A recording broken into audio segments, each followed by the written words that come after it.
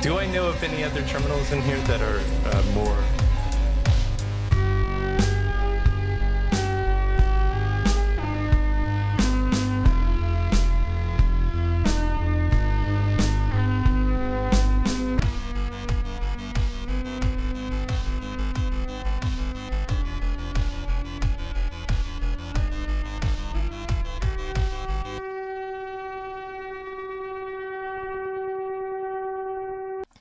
Welcome, it's the Geeky Gamer Podcast.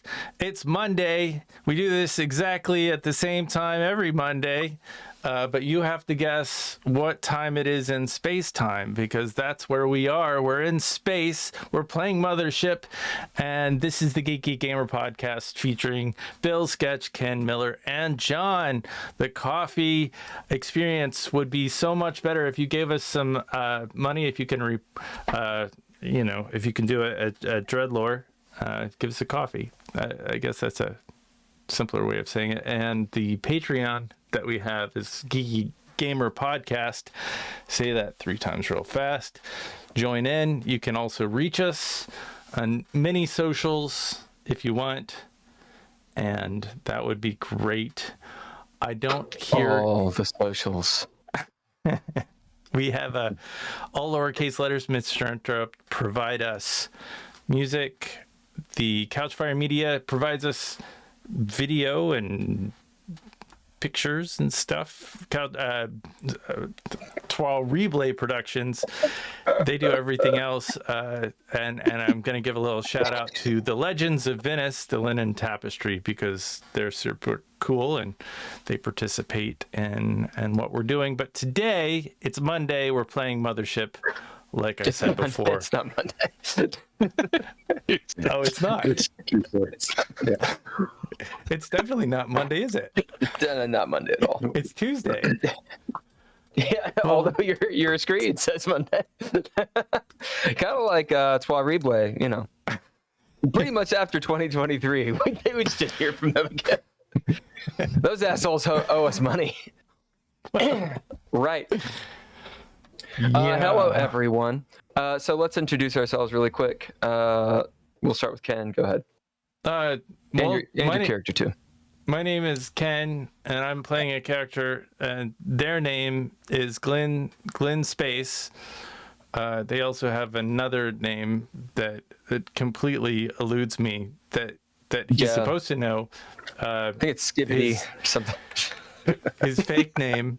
He's an engineer on the Nova Espro. He was kidnapped by some Space Marines, former Space Marines, and has a pretty Gary solid Spicer. background. Oh, Gary Spicer, yeah. Glenn Space, Gary Spicer. Do you see how that could be confused? He's not very good at being a space criminal. That is becoming more and more apparent as time goes on. Miller, who are you and what are you? Well, I'm Miller. I'm a person, human being. My character is Jackson Beret, or his alias, aka Enrique Jorgensen. Former Marine, escaped prisoner. He's got basically no morality left. He's just in it for the money and the brisket and the titties. All right, and we'll go to John. Yep. Hi, I'm John. My character is Arthur Scollet, aka Herbie Esperanto. He's a gunnery sergeant, grizzled, burned, not quite burnt out, but seriously burned veteran. 2 tours. Last tour, the starting operation went awry, went on the run, met up with his old friends Jackson and Cameron's character, who is Mark Zero. And then met up with Glenn Space, and together we've been stealing dogs, cats, horses, stuff, you know. There you go. Indeed. You have a few NPCs with you. One is your compatriot player who is not here right now. That is Cameron, or Sketch, and he's playing Mark Zero. He's a teamster / ex-Marine. a pilot, and his alias is Johan Time. Haha.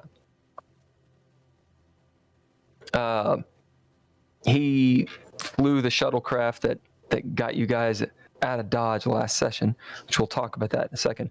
You also have your handler named Ivy Dukes. She's a teamster / ex-Marine. And does one of you want to describe her right quick?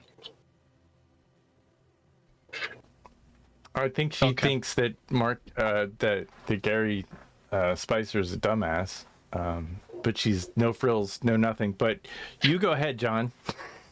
God damn it. She's fixer, sassy, seems to know everyone and anyone, and if she doesn't, give her 5 minutes and then she'll work out who they are. She knows who to talk to get what you want, where you want it, and somehow, for some reason, knows us reprobates. Exactly, I love that. You also have Dr. Adams, who's a scientist, but he's on your ship. Okay, we're gonna do a little bit of a recap because we haven't played in like a few weeks. So, Ken, we'll start with your hellacious summary of the last session. Go for it. And feel free to correct.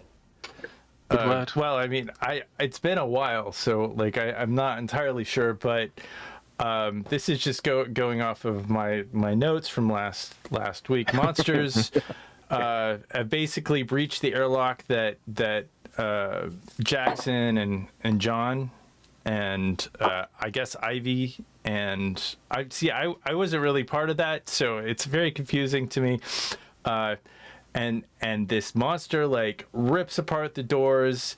One of the NPC's arms gets ripped off. They're in close combat, point blank range. They're on a mission to rescue Gunny and Ivy. Yeah. And their shuttle is locked into the station because the station is under a security assault, and so they can't leave. They're basically in this airlock, stuck in this battle, and they just barely escape with their lives. That's pretty solid. That's a pretty solid back and forth. There was some heroism between them.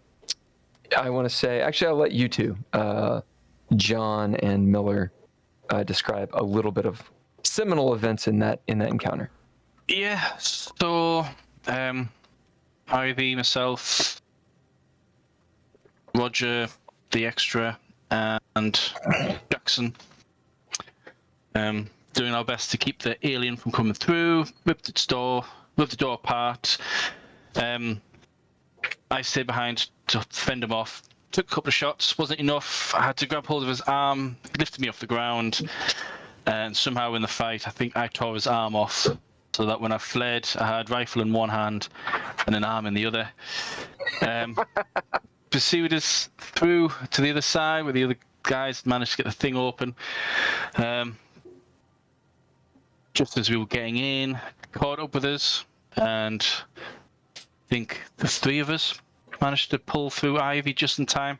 Took a couple of hits, but the expert piloting of Mark Zero, the spinning, effectively just tore it to pieces, and we managed to escape. And there you go. That's all I remember. Yeah. How did you get out of the airlock? I mean, how did you break the clamps, the lock clamps? Do you remember that? I want to say you. I want to say. Did I do that? I want to say that you were able to get the system, as in you were able to re-upload chatbot, but what had happened? Okay, so there's a few things. The system, the station was on lockdown, like full lockdown. and you were attempting to hack the chatbot, right? But you messed it up. And so basically the program got defunct and started HAL 9000 the station. So in sort of a desperate effort, you re-uploaded, because you had a copy of chatbot in that logic core. So you re-uploaded a copy of it to rewrite all that stuff, and were able to stop the people from being spaced and also unlock the airlock. I'm pretty sure that's what happened. No. Is that not what happened? Not what happened. Nope. Yeah. Tell me what happened. Back to where John left off. Jackson was part of that. He had made it through that airlock onto the ship, and he was waiting to get the door closed. And he got attacked. He got hurt a few times. He got a stim pack later though, so it's all. Yeah. I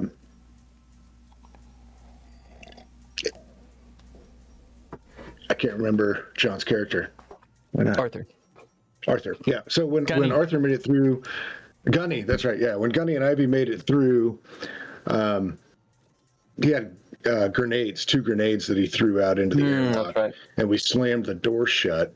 And right at the same time, as soon as that door slammed shut, Mark Zero hit the gas anyway and tore the ship away. So the ship was all fucked up when we got it back too.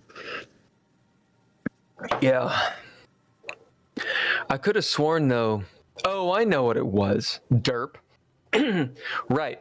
So it was a countdown for the clamps. Like you had the clamps on the airlock already, but there were like these big armature boots. And then we had this whole discussion, John and I, about what do you call a car boot in England? Because we call it a car boot here, but in England you call it like a tire clamp or something. You know what I'm talking about? You get too many tickets, your car's on the side of the road. We're gonna do it again. Your car's on the side of the road. You get too many tickets. You haven't paid those tickets. They have not yet towed your car away. So they wheel clamp. A wheel clamp. Thank you. Excuse me, it's not a tire clamp, it's a wheel clamp. Okay, well, we call it a boot, right? So a ship clamp was coming down and you guys evaded that. That's what I'm messing with. So yeah, you got hull fractures, and structural damage on this drop ship, but you were able to land it on the Nova Espro. In the meantime, let's see, Ivy is not dead. That was a main point. None of you are dead. Awesome point. The arm getting torn off is the arm of the monster getting torn off. It's not the NPCs. So you have 2 civilians, pretty sure, and Roger, a station security guard, with you. 2 traumatized civilians. While all of this is happening, Glenn Space is trying to get the station in what I said. The chatbot, he's trying to hack the chatbot. Does it, but it messes up. Re-uploads chatbot. And at the same time, the evil chatbot is attempting to asphyxiate Glenn Space in the chamber. And he has a countdown where he's trying to not depressurize. So to differentiate these chatbots, you have Ian, I-A-N, which is the good one, the sane AI, right? And then you have chatbot, which is the corrupted version, handed to me on a silver platter by Ken. Okay. What are all of your stresses? What are you at? 19.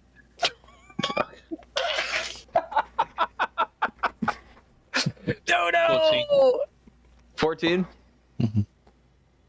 Because I avoided the strip joint in the first episode. I think you guys got about 3 or 4 just from that so-called, place of luxury. And what is yours at, Glenn Space? A 19. Oh my god. Well, I am Zeros is up there too. almost positive Zero is at 19. Because like 2 sessions ago he was at 18, and we're all like, dude. Yeah, so I'm pretty sure you guys. He might have even gone over 20. You guys I don't know got. if he started digging or not. No, you're good. Right, the ship is spinning. Yeah, so you got 3 people that are 19, and Gunny is the one that's mildly keeping it together. Let's find out what about Ivy Dukes. She's been taking it pretty hard. Let's see. Where are you, Ivy?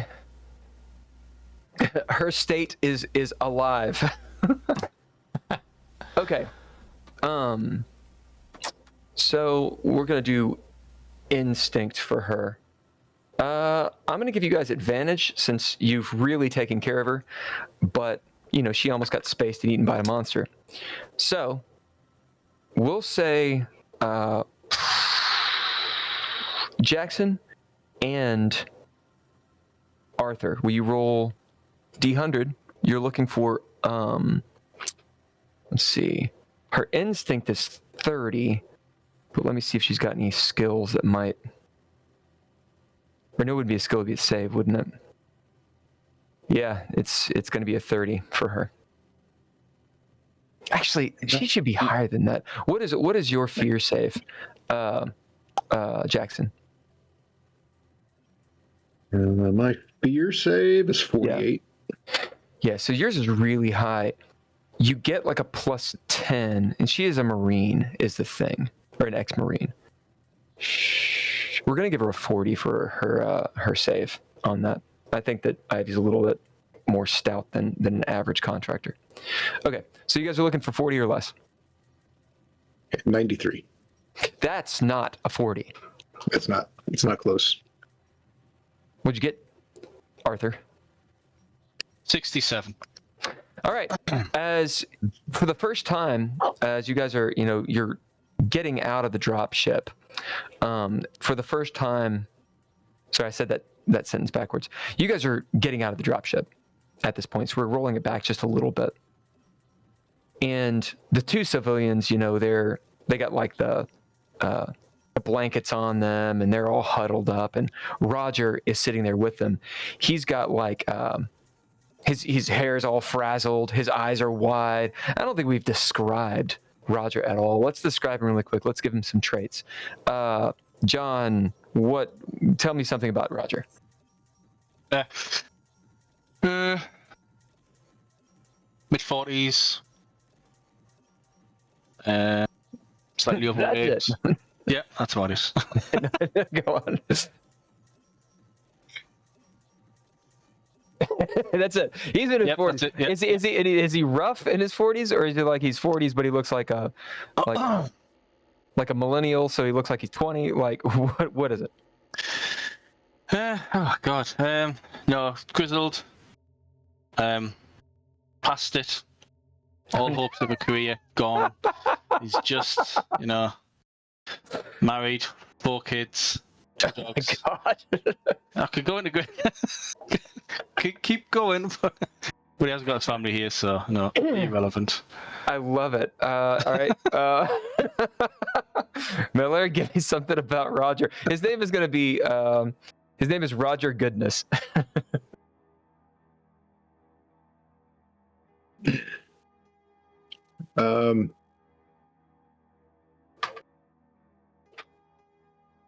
Yeah, he's a gamer. Like, he's addicted to like VR gaming. He's got his own second life in like 4 different worlds, VR worlds. Best NPC ever. He's gonna die so fast. Ken, I know that you're creating Roger right now. What are you thinking about him? He's got like a kind of salt and pepper beard. Wears a hoodie, and he's got he's been on the station for a minute, so he definitely is probably he might be overweight, but it's because he eats too much sugar and he's malnourished at the same time. It's not his fault, Yeah. But so he does have a short temper here and there. Because when you're hungry, I mean, you got a short temper. That's awesome. He's just hungry. That's all. he's just hungry. He's this guy who's just really hungry. Give this guy a Snickers bar. A space Snickers bar. Hangry all the time. God, Roger just became a cunt. So he's sitting there, his hair's all over the place. He's like not at all helping these customers. They're not customers. These civilians. He's looking at him with disdain. Like, he's like, come on, get up. We got to get out of the drop ship. He'll just be a little bit gruff and whiny. And he looks over, and perhaps maybe the last person to leave, we'll say it's Jackson. Mark Zero will still be in the cockpit. For the first time, you look over, you see Ivy Dukes frazzled. Maybe you've seen you've seen her lose her temper before, but this is the first time that she's got like the 1,000-yard stare. Like she's looking down, kind of at your shoes, but she's not paying attention to it. Her hair is all mussed up, and you actually notice that maybe you're sure, maybe you're not. Is that shock of white in her hair? Was that there before? Like she's got like this Tulsi Gabbard looking thing going on. And she's sort of wringing her hands. She's got it together, but you've seen this in people lots before. Like she has been hit really hard. Yeah. Action's on you guys.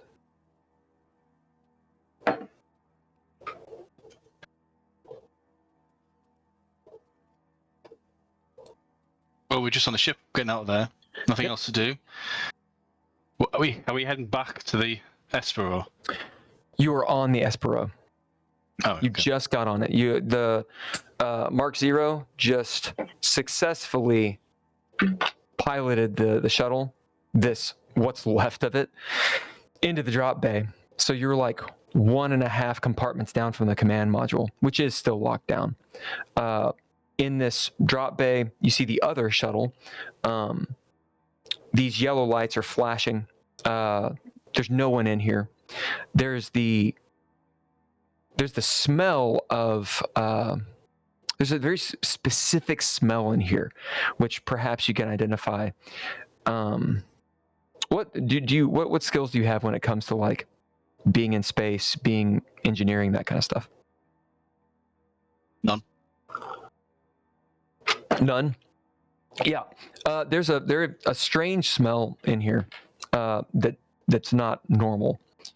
And you do know that your compatriot, Glenn Space, is nowhere to be found.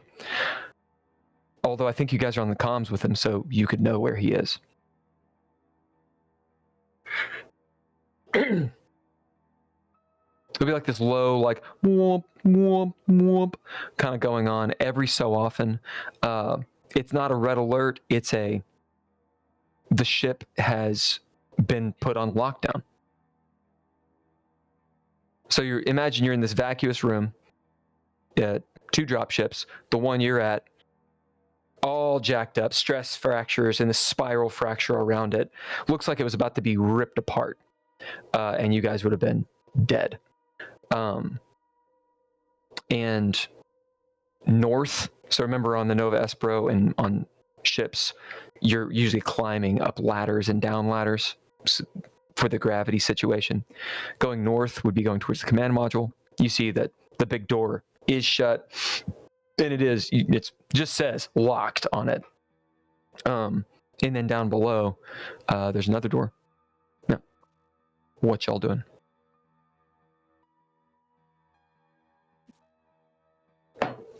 Is the Espro still connected to the space station, or is this? At this point, let's see. Would you have seen it?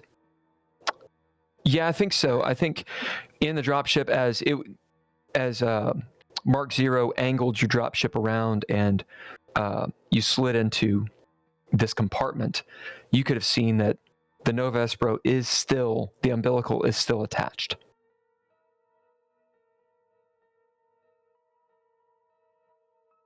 You guys would have also seen debris coming out of the station. If you have a reason to know what that is or what that could be, that's on you.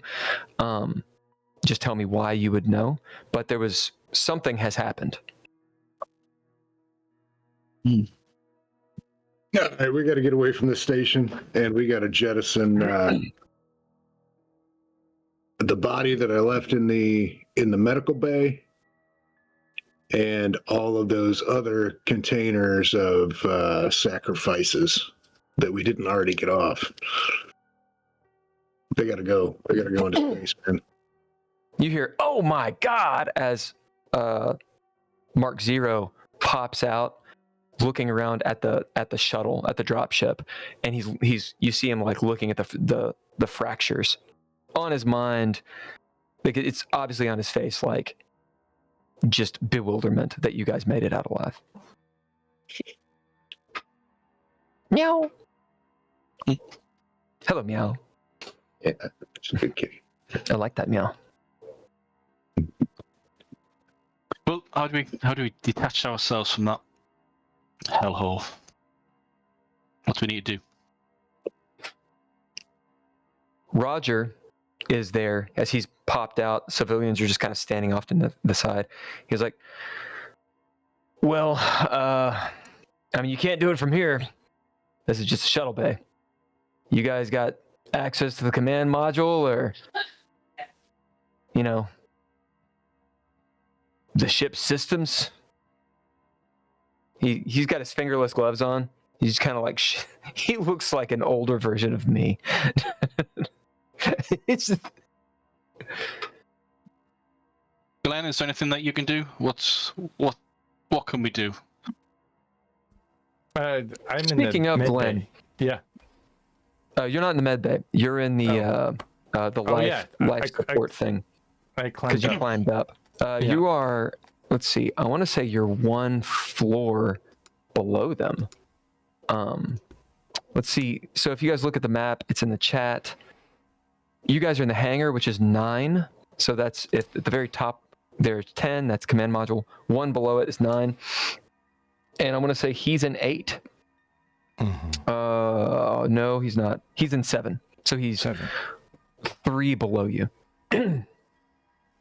And yeah.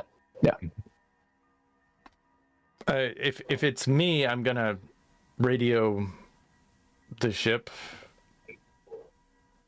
I think I restore the computer back. If there's anybody on the bridge still alive, maybe you could message me here on 7. I think we're in trouble. We may have lost some people because the old OS RI system jettisoned some people. Copy anybody alive. As you're sitting there, you've got your button pressed, talking to the command module at the top. Yeah. A little bit of a recap. When all this was going down, they were talking to you, and then it cut off when chatbot took over, and shit started going down. You also might remember that you had asked chatbot to shut down the airlock and lock it down, and I believe you found out that chatbot did the opposite of that and opened the airlock. Yeah. To the station. Yeah. which I believe you then, after realizing that and getting Ian installed, shut the doors. Chatbot was doing the opposite of everything I asked it to do. All bad. All bad.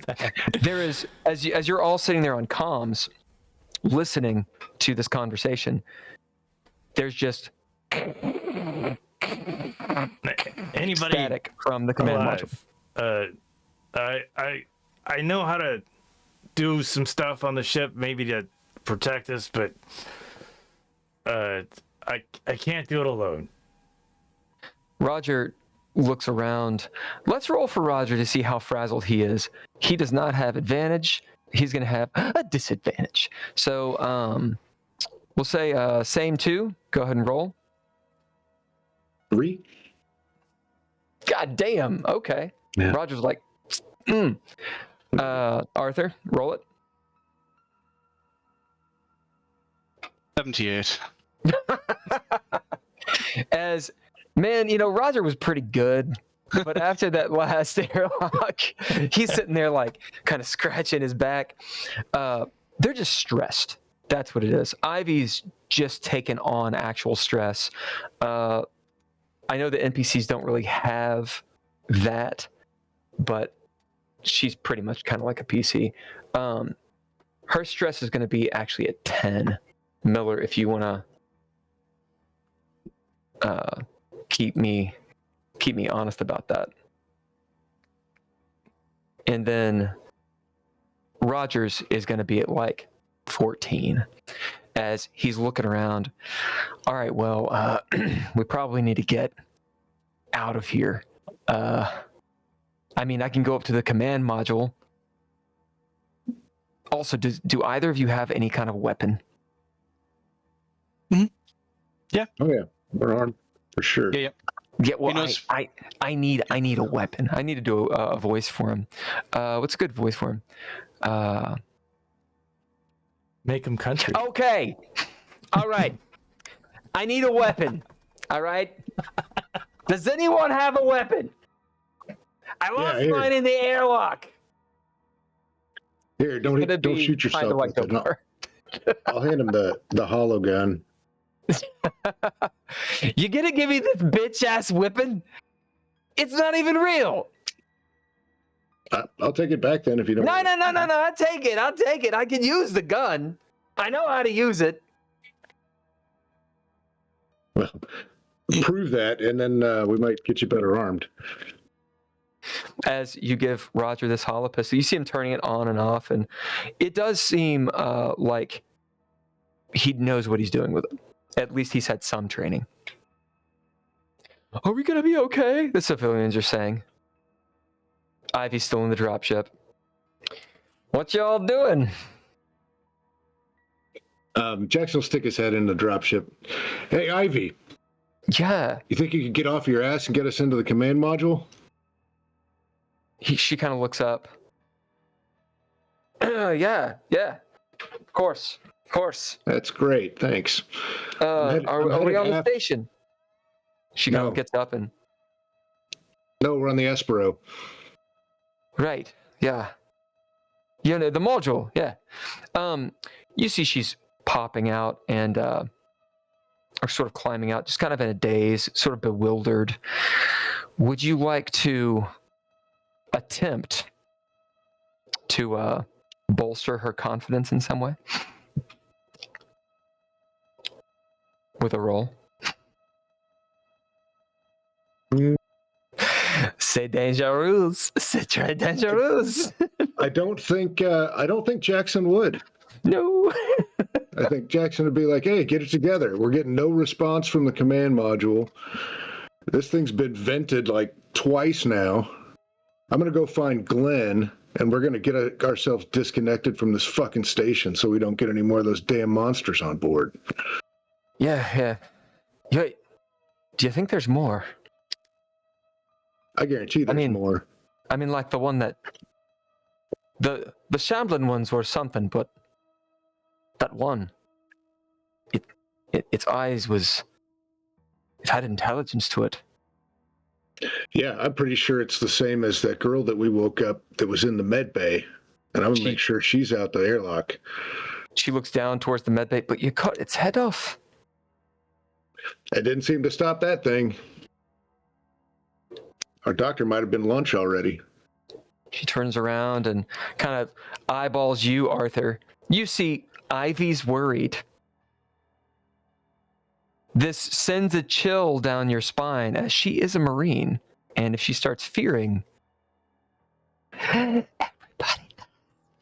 as she starts going up to the command module door, and she's starting to like try to open it. She pulls out the panel, and you hear like meh, meh, meh, meh, and she's doing what she's doing. What were you saying, Glenn? I wasn't saying anything. I was waiting for a response for the.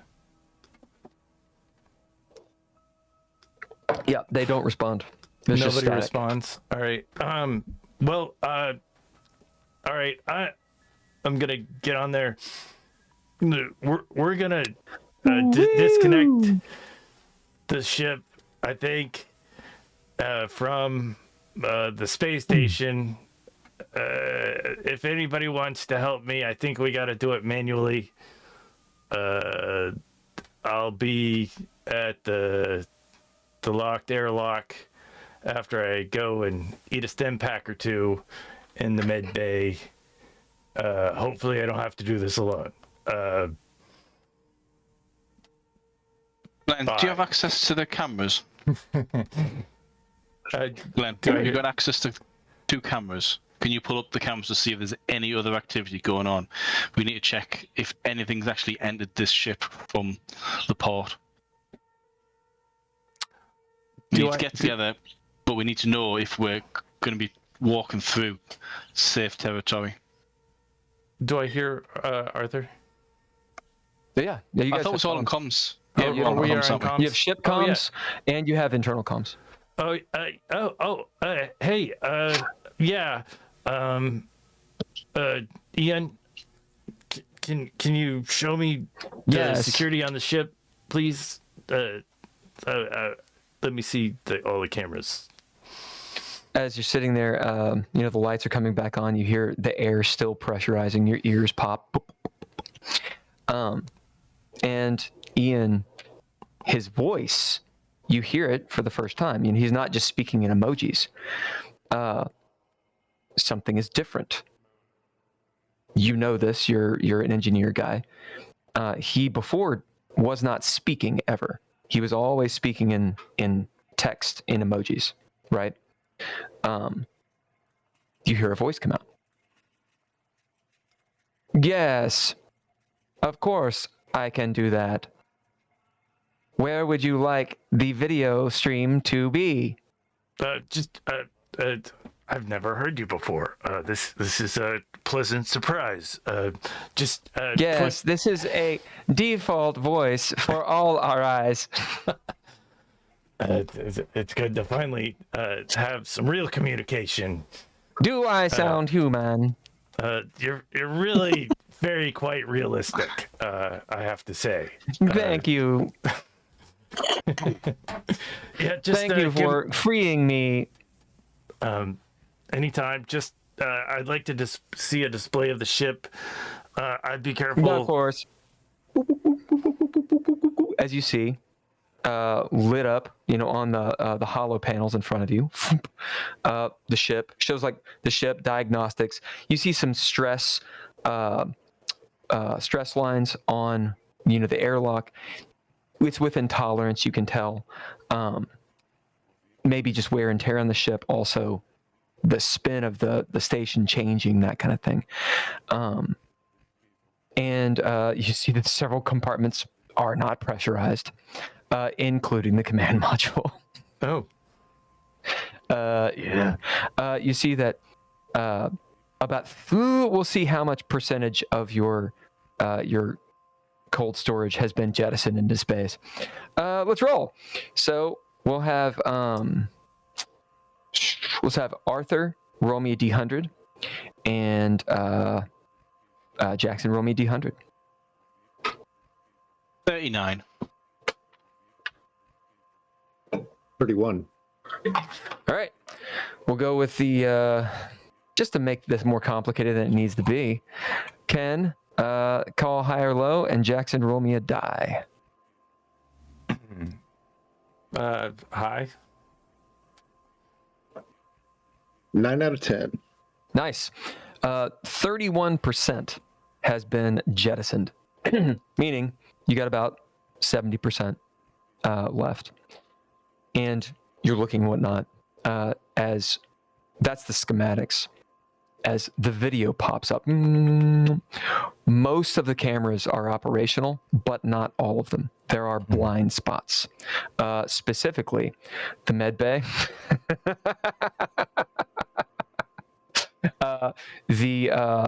let's see. Oh fuck. Let me pull up the chat thing. Ugh. Let's see. Medbay, reactor, and otherwise you can pretty much see everything.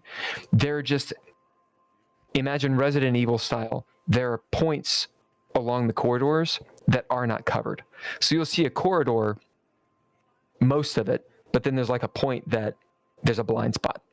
And there's several of those things. Yeah. But other than the medbay and the reactor, you can see pretty much everything. Do we see any people on the ship? Is there anybody alive? As you're sitting there looking, let's find out. So, Jackson, roll me a D10, and Arthur, roll me a D10. 7. 10. Nice. All right. Arthur, roll me a D10, and Ken, tell me high or low. High. 1. Oh. Ooh. Ouch. Yeah. As you're looking around, and you will see 7 that you count, 7 people are moving around. Let's see.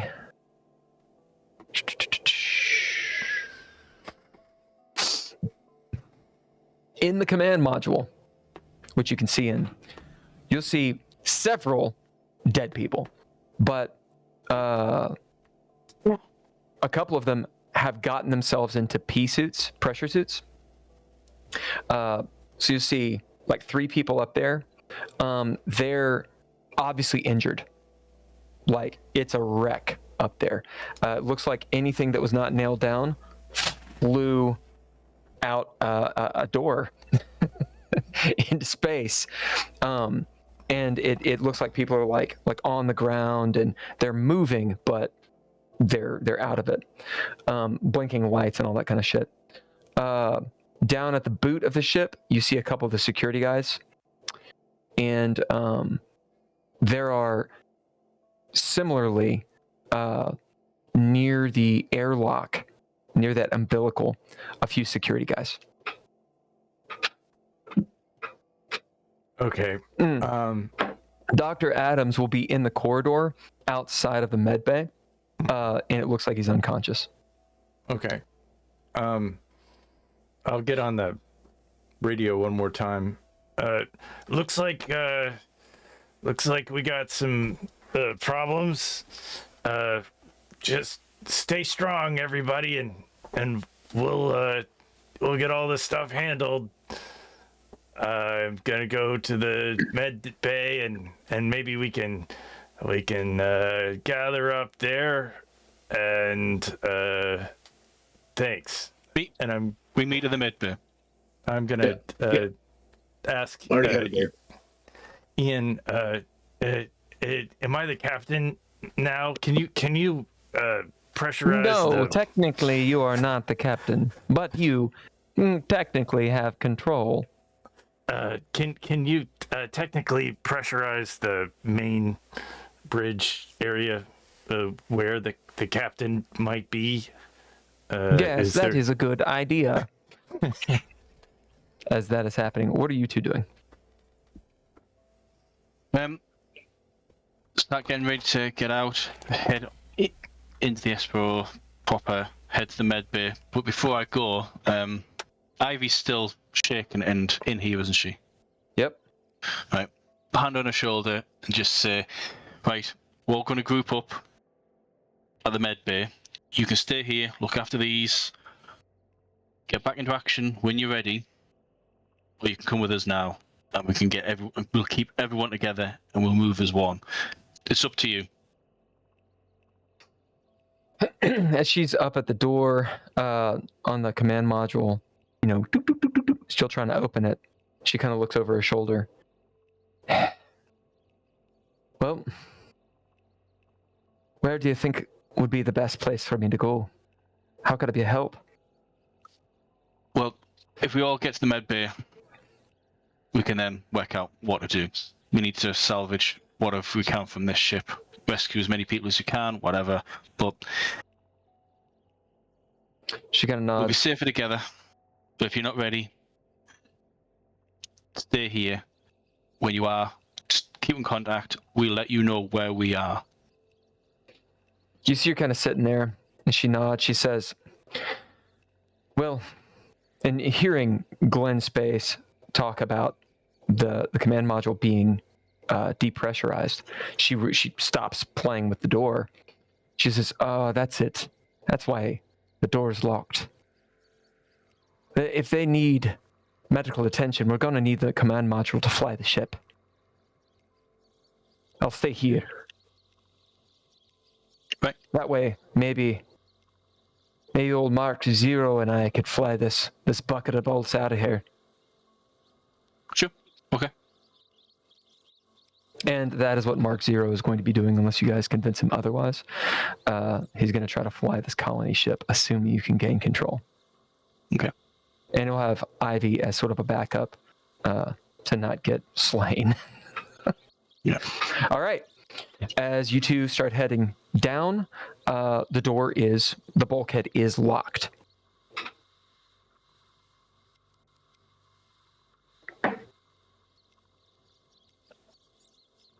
All right. Yeah, Jackson will try to hack into it best he can. Okay. As you're mulling around with it, how are you doing this? He'll hit the pad, boom, boom, boom, until it doesn't work, and then he'll just rip the pad off and start connecting wires. Like random wires, or does he know what he's He'll doing? do his best. I mean, he has an intellect score. It's not great, but he has one. So is it random, or does he know what he's doing? He doesn't really know what he's doing. He doesn't have a skill to back it up. Okay. As he does have explosives knowledge and military training, so he's, slightly better than your average cat. Yeah, this door is not like locked by dragons. It's a normal bulkhead door. As Arthur, you see Jackson doing this. Roger's behind you. Does he know what he's doing? As you see sparks and shit. Arthur, Do you know any better? anything? Yeah. He kind of turns around. And luckily enough, the door lights up. You gain power to it. Let's see if it opens. So this is not a roll for stress. It's going to see if it opens or not. Glenn, roll me a d10. And your name is Jackson. Jackson, call high or low. Hi. Nope. It gains power and then shuts down. Fuck. Thunk. Hey, either of you civvies over there know any electronics, engineering, industrial? They kind of look at each other. Do we? Let's find out. Arthur, roll me a d10 and don't tell me the result yet. And your name is Glenn Space. Roll me a d10 and call high or low twice, Jackson. I'm going to go high with both. Okay, high with both. That's high. As one looks up, he throws off the the shawl, the towel, and he's like, "Oh," puts on his gloves. I'm a computer engineer. As he like Can you walks open the up, fucking door? as he's like, "Oh, you really fucked this up." And he's like messing with the wires. Oh yeah, we're gonna have to. He's got like his arm in there, trying to fuck around, make sure that he can find the diodes and shit to open the door. As chunk, door opens up. This guy's name. We need a name for him. His name will be what? Elliot. Elliot, Elliot. phone home. What?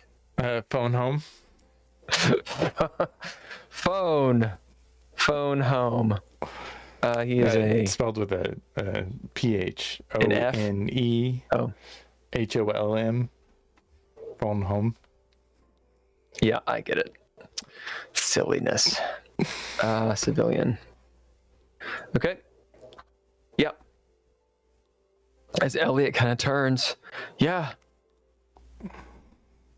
Great. Next time, you think you can speak up before you just watch me fuck up the door?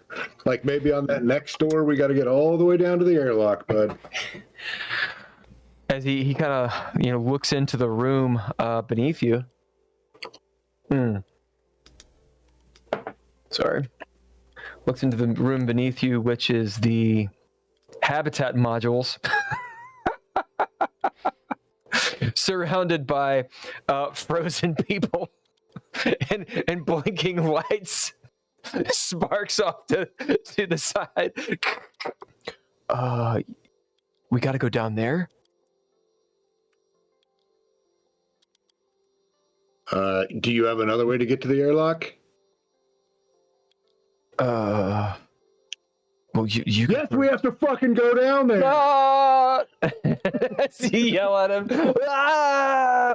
Let's see if you scare him enough to go in. You're a loud, stressed Marine. Okay, I'll go first. As he starts coming down the ladder, past all the Matrix style pods. Anyone following?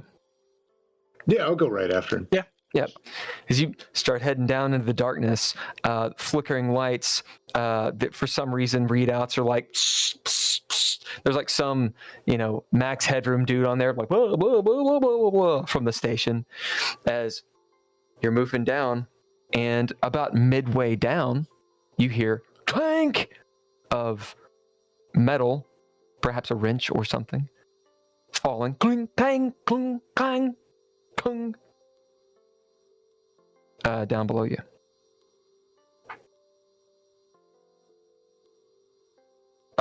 Elliot stops moving.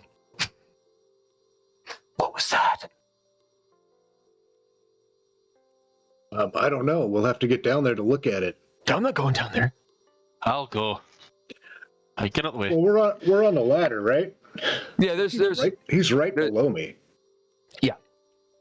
So I'll just go down a little bit and put my foot on his shoulder and be like, "Yeah, you're going down there one way or the other." He's like holding on. All right. Give him the boot. How far is the drop? Like 20 feet. Mm. And there's platforms on the side, like you can literally step off the ladder, right? Okay. He I'll give him a shove. I'll give him a good shove. As you give him a shove, he's oh! And you push him down. Civilian up at the top, we're gonna say is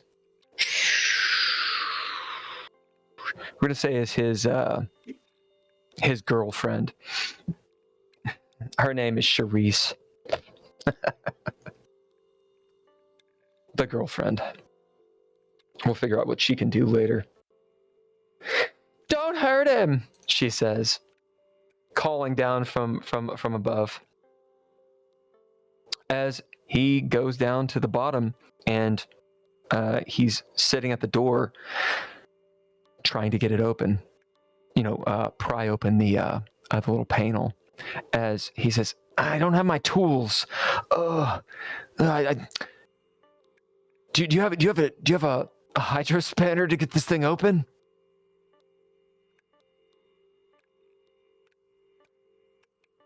I'll pull out my shiv that's been well used. I'm like, yeah, I got this. Will that help you? Yeah, maybe. What's it made of? Is it like a toothbrush, or is it like? It was my trinket. Let me look it up. Lucky Lucy, adjacent bleeding. It doesn't say. So, what would I made it out of? Whatever you want. We'll say it's a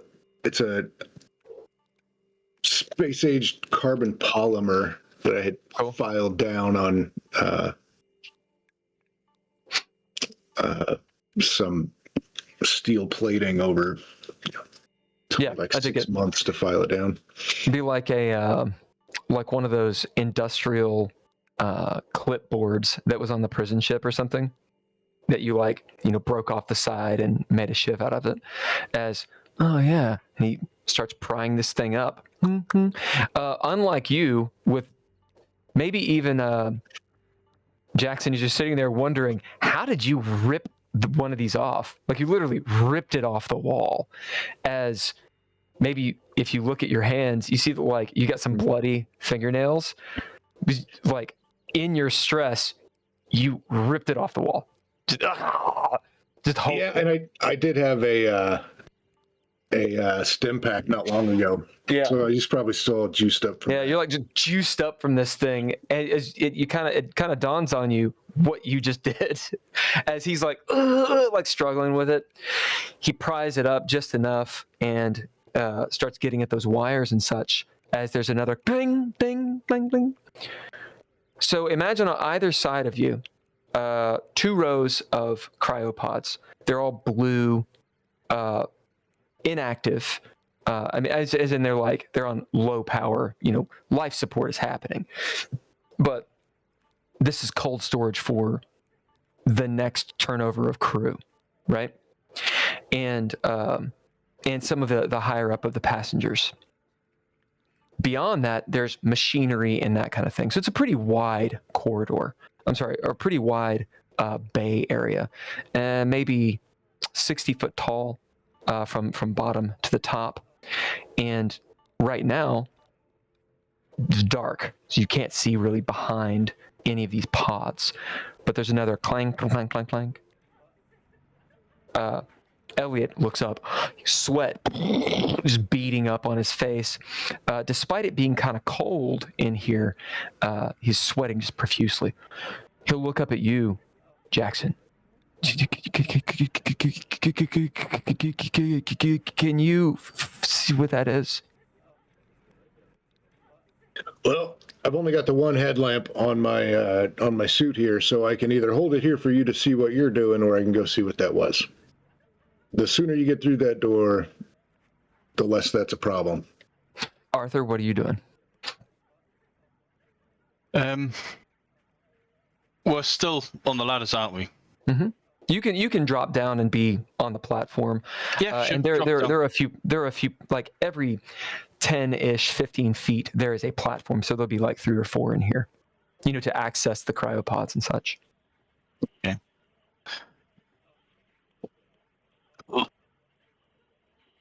Is it safe to open these? I'll call that out. As Elliot looks up, obviously he has no idea. I'm going to say no. Now you hear Sharish. She's like, "How would I know?" She's at the top, like up in the other module. The door is just open. Well, should we just keep on going then if we can't do anything here? I mean...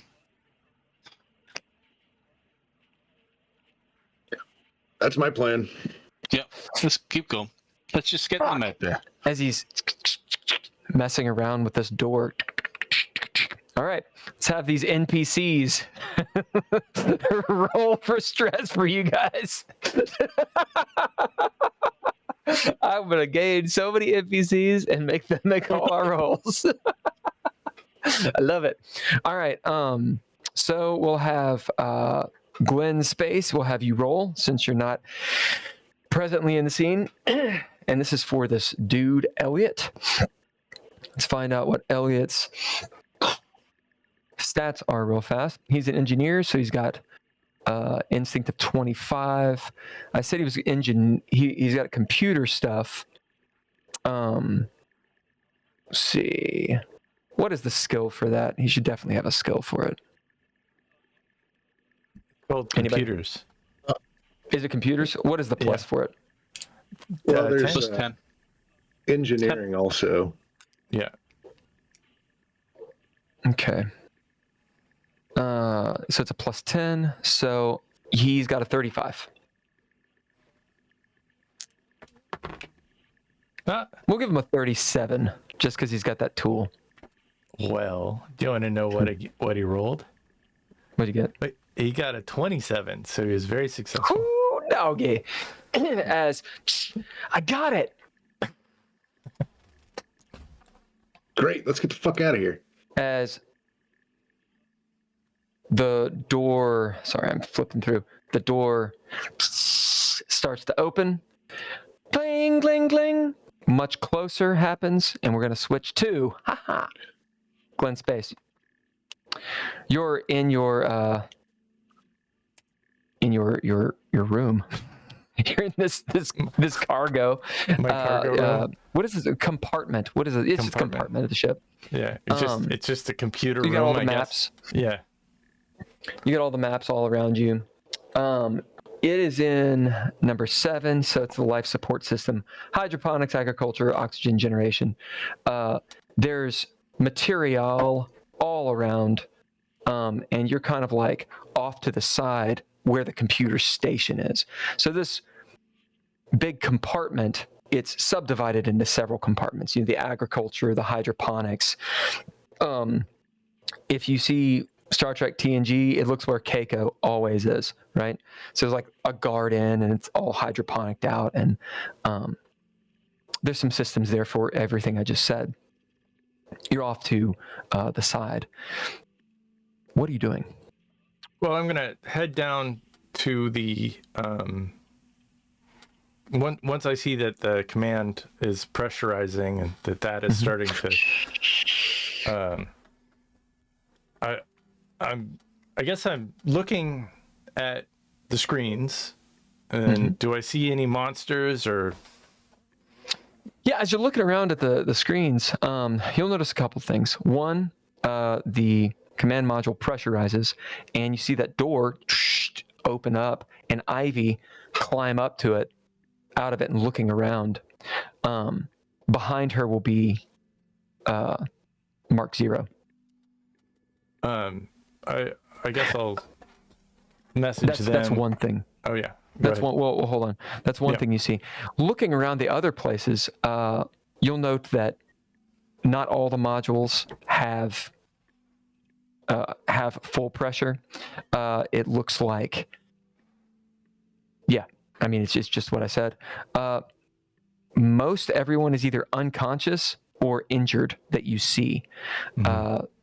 Some of them go out of view as they move into parts of the ship that aren't covered by the cameras.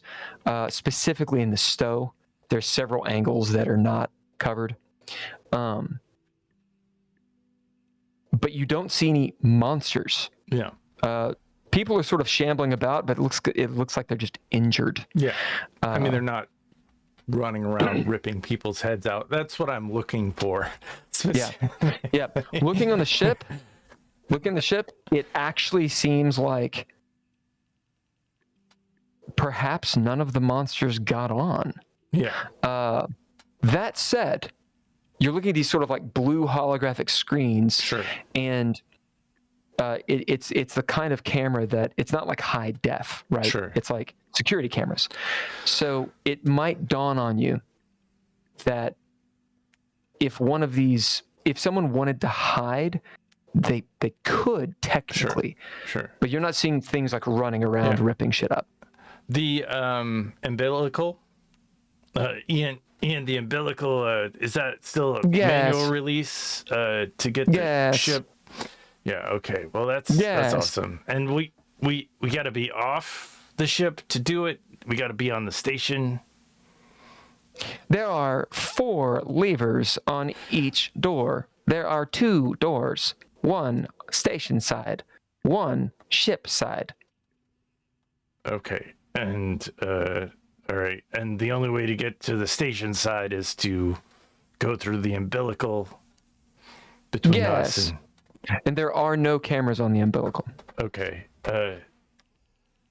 Is anybody alive in the umbilical area? Can you give me some audio?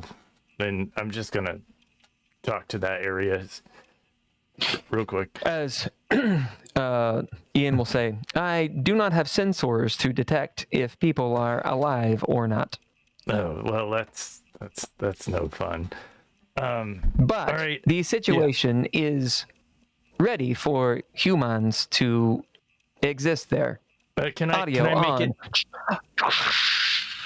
Yeah. As you I hear. don't hear any. Oh, I do hear things. Oh yeah. Shambling and such. Yeah. Is it scary? Is it Yeah. not scary? Yeah. I'm gonna turn off the audio. In the distance, you hear. As it cuts off, I think something is alive in the umbilical. Yeah, I would imagine so. Is the what would the damage be to the ship if we just decided we didn't feel like disconnecting the ship and just took off? Without disengaging the umbilical, you could rip part of the ship apart. What about weapons? Like, what if we fired weapons at the station side, and would that rip part of our? Checking No. if the Nova Espro has weapons. Is there any weapon? Usually on a colony ship, no. But we're going to go to the book really quick Yeah. and see. Yeah. On the map, you've got it as having a laser cannon and a laser defense system. Then it has one. Absolutely. Let's find out what the damage is on all that stuff. Unless, Miller, you have it written. No, I'd have to look it up in a second. Yeah, I'm looking in the shipbreakers. It should be page 27 that your exploration vessel is.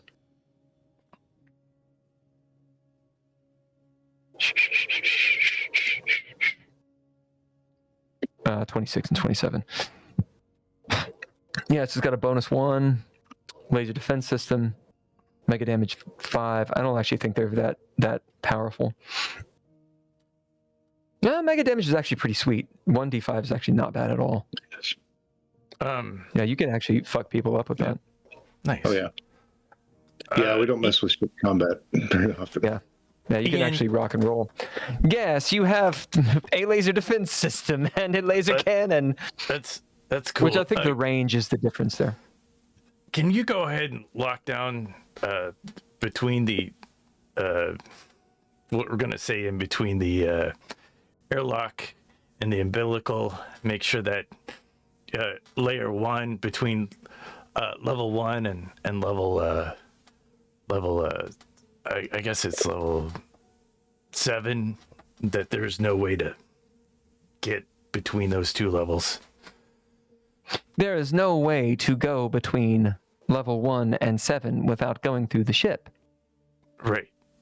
And there's I'm thinking we might want to vent level 1 out again, just for fun, safety reasons. Is that? Are you sure? Well, I mean, it sounds like there's monsters in there that could compromise the ship, just as long as it's only level 1 and not maybe other levels. As Ian looks and such, let's see. Level 1 would be the. It's the deal. umbilical. Yeah, Yeah. the airlock. Well, that's the airlock, and the umbilical reaches off of that. Yeah. Like if you actually look at the map, 1, like literally the number 1 with the circle, you can imagine that as the station side airlock, and then the arrow is the umbilical, and then the head of the arrow on your ship is your actual airlock. You see? Does that make sense? It does, but the I mean, I don't know for a so you fact, can- but So the thing is, you can't vent the airlock because it's attached to the umbilical. right, And the umbilical on the other side is attached to the station. There's nothing Right. to vent, right, right? Like there's no out to space.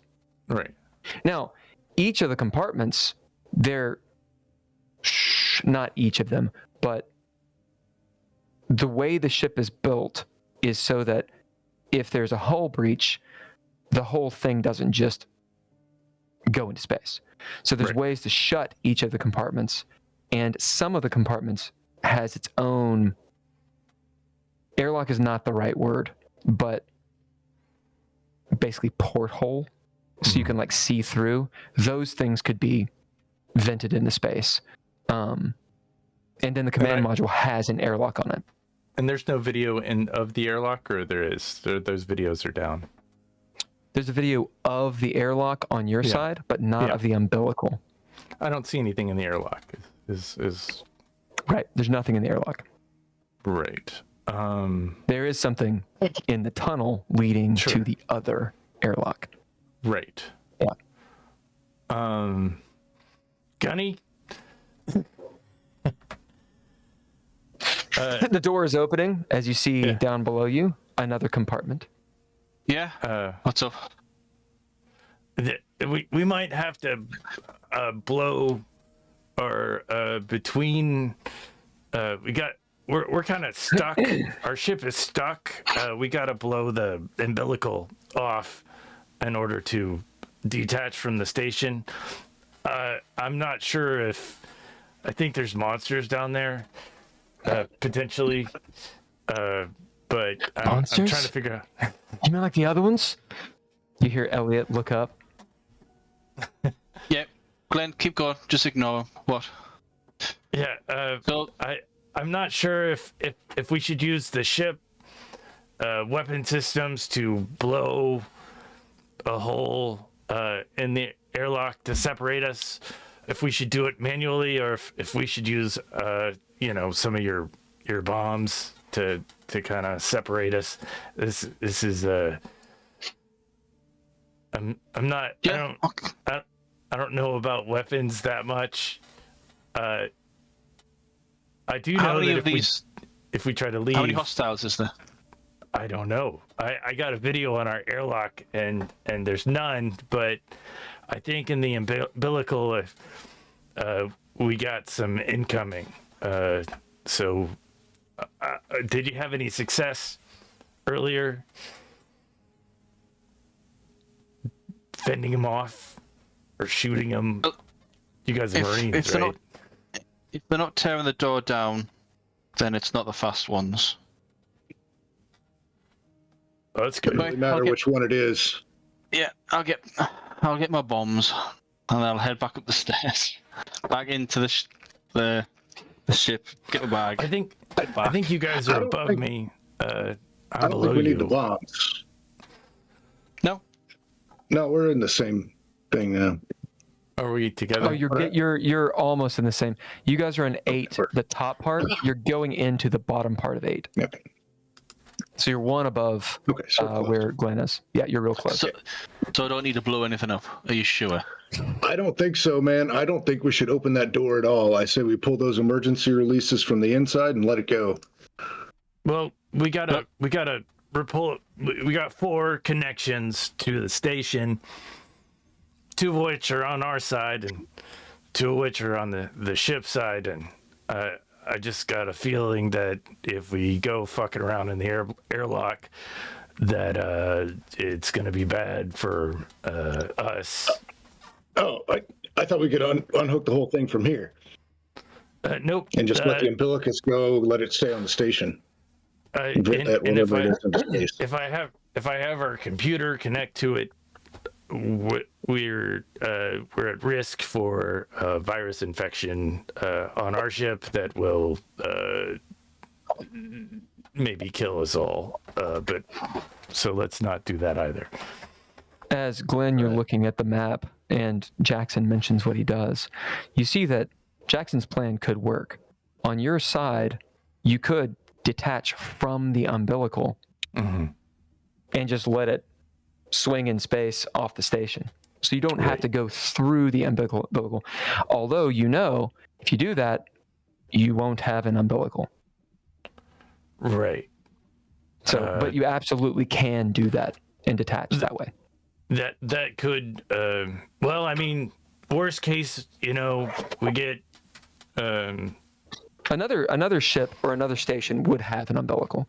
Yeah. To be able to help. It just would be more complicated to attach. Yeah, and we couldn't attach to a derelict or anything. Yeah, well, what you would do is you'd get in like an EV suit, get in the airlock, and just have to EV out. It's just more dangerous. But it's not like you can't get off the ship. It just makes it more difficult. Yeah, we do have a usable dropship. Yeah, you have a dropship. Well, it sounds like we should get any Marines that are still on our side to go and release as our side first. I don't particularly have a gun, so I mean, maybe I should monitor things from here. I don't really know how to shoot a gun. It's not my thing, man. As you guys are sort of like standing there in the doorway, as Elliot is hot wiring this thing, it starts opening slowly, kind of closes, and it's just this arduous process as he finally overrides it. You see Arthur and Jackson. Another room that is very similar to the one you were just in, except it's wider. It has more cold storage. This room is actually cold. And you see the bulk of the Eos colonists in here, many of whom you have seen before. If you actually look in their little pods, they all look serene, like nothing is happening. There's about 30% of them that are dark and dead, but the majority of them are here. The room, again, very low light, just that blue light emanating from the pods itself, and then running lights that go down the ladders. Beyond that, probably to save power, the lights are just off in here. Yeah. And it's like walking into a walk-in freezer. You see at the far end, maybe so there's like some frost on the walls and stuff. Far end, that last door to get in compartment 7, where Glenn's space is. What's taking you guys so long anyway? You guys are really taking your time from the dropship. I feel like this is an important haste thing. I'm going as fast as I can. I'm going as fast as I can. All the doors. Hey, tell your asshole friend that I'm going as fast as I can. My hands are numb. I don't have a coat. I'm on a weird ship. You stop feeling sorry for yourself and just worry about opening the door. As he starts going down, the ladder. Ding, ding. Do I see them? Is there any way I can help them open their way for them, or is that? I mean, you could have been the whole time. But you haven't been. Ian, is there a reason why my crewmates are taking so long? Can you perhaps help them with the path between where they are and where I am at this point? Yes, as you see the door below you open. Literally could have done it at any time. I'm an asshole. I'm not an asshole. All right. As you see the door open, could you have done that the whole time?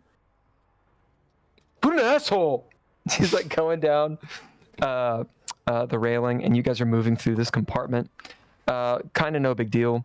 You get to the bottom. It's way warmer in here.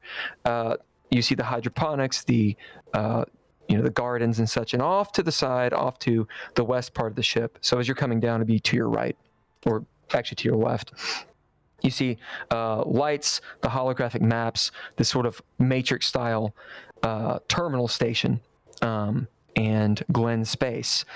As Arthur, Jackson, and your one NPC is with you. The bulkheads are open, and you can see all the way at the top the Sharice, the girlfriend, starting to make her way down. You guys are in the same room. Finally. Are the security camera screens still up? Yeah. Yeah. Okay. You see there's dead spaces, but by and large, you can see the whole ship, save for those two locations. So when Jackson sees the reactor and medbay. Sorry. Okay. When Jackson sees the airlock and sees there's still guards there, right? You said 2 guards? Yeah, but they're knocked out. Or they're like sort of getting up, like holding their head. Yeah. Okay. Like they're obviously alive, but they look like they've been knocked around. And there'll be like some blood and stuff. They're like holding their heads and shit.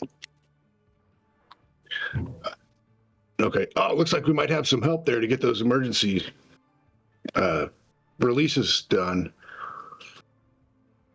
It looks like they're not functioning people. They'll wake up by the time we get there. Open all the doors up. I'm headed down there.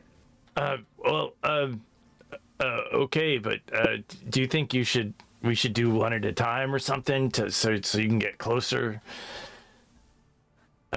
What do you need me to do? I mean, I'm hurting pretty bad. I was gonna go to the I need a stab. Oh yeah, what do you look like? I look like a bloody, like I'm sure I'm red. He's all like depressurized and fucked. He looks like Joffrey, like after he's died. I got some veins that are. Your eyes are probably all just blown out. He's like, bloodshot. "Hey guys." I'm not doing well, guys. Yeah, Elliot looks up. Oh my god. Oh. Damn, Glenn. Gunny, you got another stim pack on you? Yep. How many do you want? Got loads. Yep. One stim pack. Got loads. While these guys are doing this, I'll hand over the stim pack. Get on the comms. Ivy, we've reached the med bay. We're all together. Status over your side? Well, we're in the command module, me and Mark, and he's trying to make sense of this tub. As you hear Mark Zero cursing about just the controls and how nothing makes sense, and how it's not meant for one person to drive, and it's going to be a bitch, and he's just complaining in the distance. As she says, "Yeah, throwing shit." Yeah, I've checked on a few of the crew. And it looks like, well, the captain didn't make it, but the XO did, and that big fella, that Dwayne fella, made it. No. Pretty much it. Oh wait, there's some lady named Callie. You got Dwayne Johnson. And the XO. Everyone else is dead. Is that Krennic? Is the XO? Is that yes.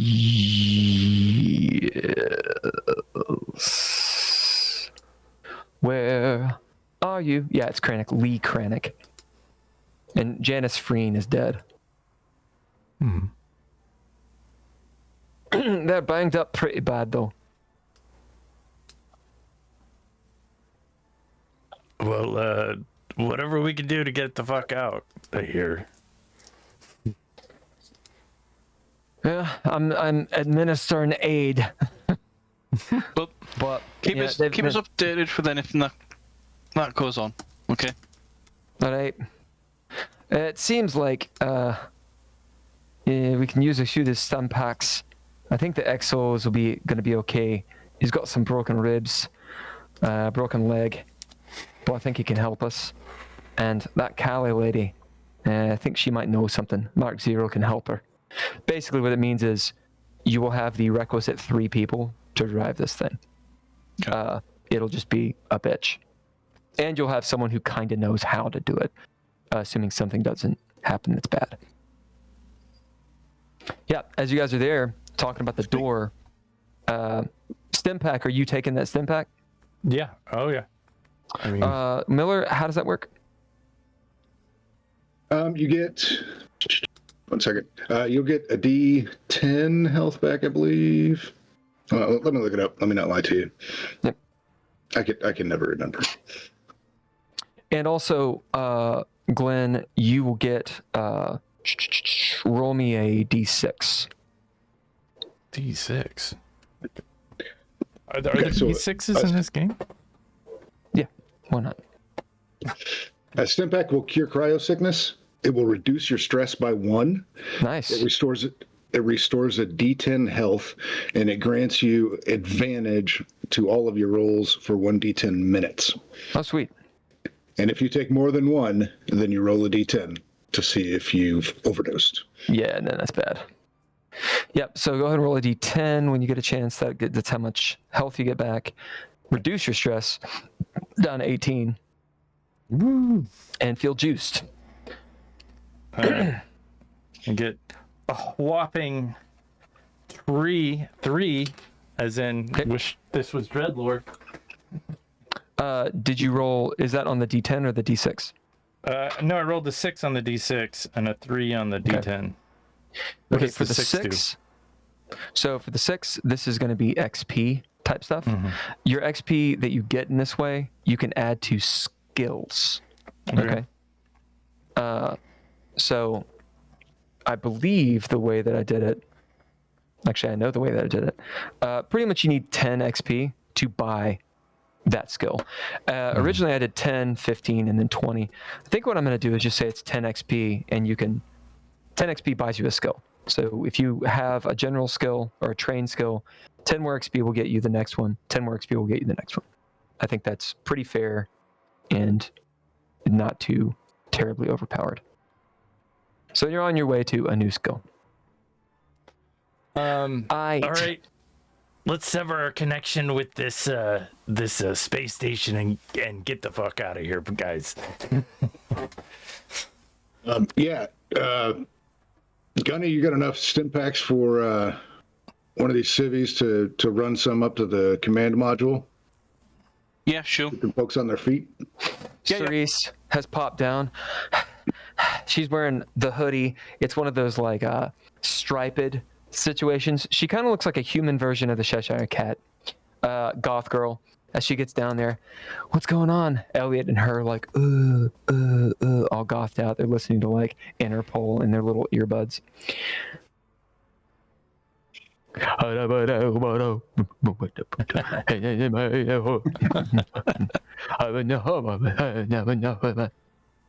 if you two are done making out over there, there's people dying up on the command module. They could use a couple of stim packs. Cerise turns. She glowers at you. I just came from there. Well, you can go back. I'll give it 3 stem packs. Like, go. Fine. And she complaining the whole way. Elliot's like, she really is awesome though. Yeah, do you like need my help, or do you need me to like help her? You can see he's like looking up at her, like he wants to go up and not down. We might need your help. I think if you stick with her, you'll both be a little distracted. Damn it. We're still in the middle of an emergency situation. Snap in front of us. Snap in the face.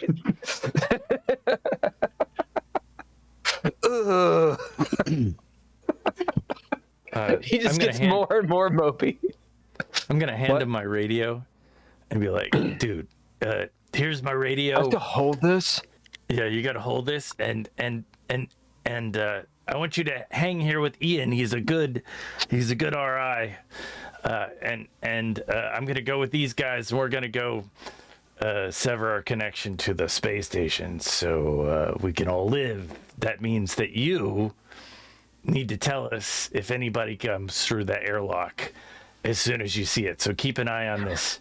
Yeah, I can do it. Okay, I get the idea. Oh, you don't have to explain it like 3 times over. Oh. As he's got like the radio, he's like hangs it from his hoodie pocket. He's over there at Ian. Whoa, you've got like a full-on RI here. As you hear Ian talking to him, yes, blah blah blah blah blah. I have this capacity in my memory banks. All right, what are y'all doing? Fellas, let's go. Unless there's anything else we need. Okay, so are you opening all the doors, or are you opening one by one, or how are you doing this? I think we should do this one by one. What do you think, fellas?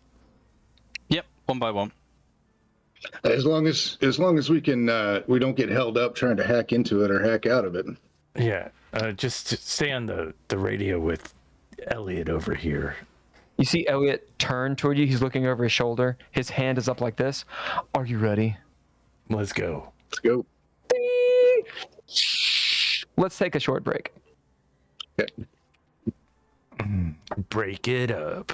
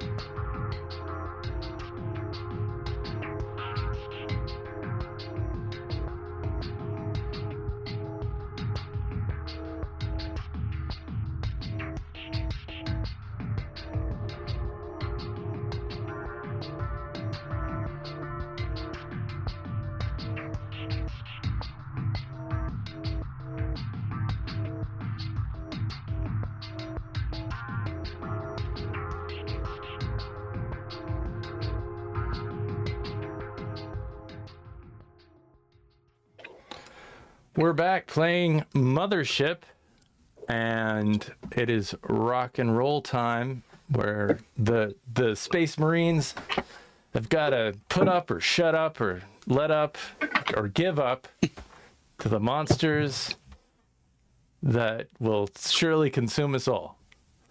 We're playing Mothership. This is the Geeky Gamer podcast, and so much more. As you guys get to the second partition of 7, mostly storage, as well as in storage for ship supplies. So not like for crew, I should say, not for passengers. There's several terminals in this room. Most of it's locked down. This is the place where most of the life support systems actually are. And it is lit up like a Christmas tree, with the lights of ship diagnostics and systems. And it's pretty obvious that Ian is still, we'll call it indexing, putting himself into the ship, checking all the diagnostics, running the processes that Glenn had him run. And you'll see as you walk by or climb down the ladders, here and there, like one of Ian's emojis will smile at you and kind of like wave. Glad to be of service. Yeah. As you're moving down, unless anyone does anything specific, you will get to the bottom where the next door is at pretty much the mess hall, which is one above number 1. Does anyone do anything in here? It's just you 3. I don't really have a weapon. Do you? You 3 and Roger. Sorry. Are we good? Do we have a plan? Are we just gonna go in and unhook some shit and hope for the best? Is that what's going on?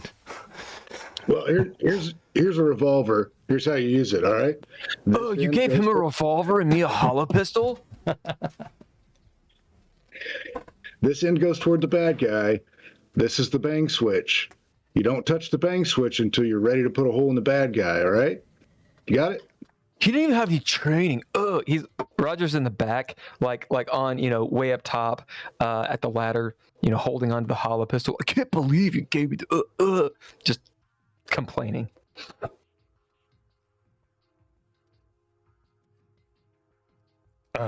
Let's hope we don't. Anyway, yeah, we need to secure the perimeter first, which means detaching from the fucking station, right? That's Right. most important. Then we can come back, do an internal sweep, get rid of those fucking freaks in the boxes in the cargo bay. Yeah. Wait, hold on a second. Who are you guys anyway? As Roger kind of stops, who is right next to Roger? Who's like directly below him? Because he'll be in the back. I'll be next to Would it be me? Roger. I'm not a Marine, so you're like I'm right not in front at of the him. front. I'm not at So the front. Jackson, so I'm assuming Jackson, you're next, and then Arthur is on the front. Sure. Yeah. Okay. Yeah, he's kind of stopped. Wait a minute. He looks at you, Glenn. Who are you guys? Are you not security on the ship? We are security of the Nova Espro. I'm the main engineer. That's me. He kind of looks at you, looks down at the other two. You guys don't seem like security at all. We're the only thing standing between you and the monsters. He kind of shuts him up as you continue going. Yeah, but I mean, you're just gonna like jettison your crew? I mean, why? Are they infected or something? Yeah, not the crew, dude. There's 3 of those fucking monster things in stasis in the cargo bay right now. What? Those are going to get jettisoned. Or 2. Wait. It might just be 2. Wait, what do you mean? Oh, there's It's a long story, kid. Stasis means you can't wake up.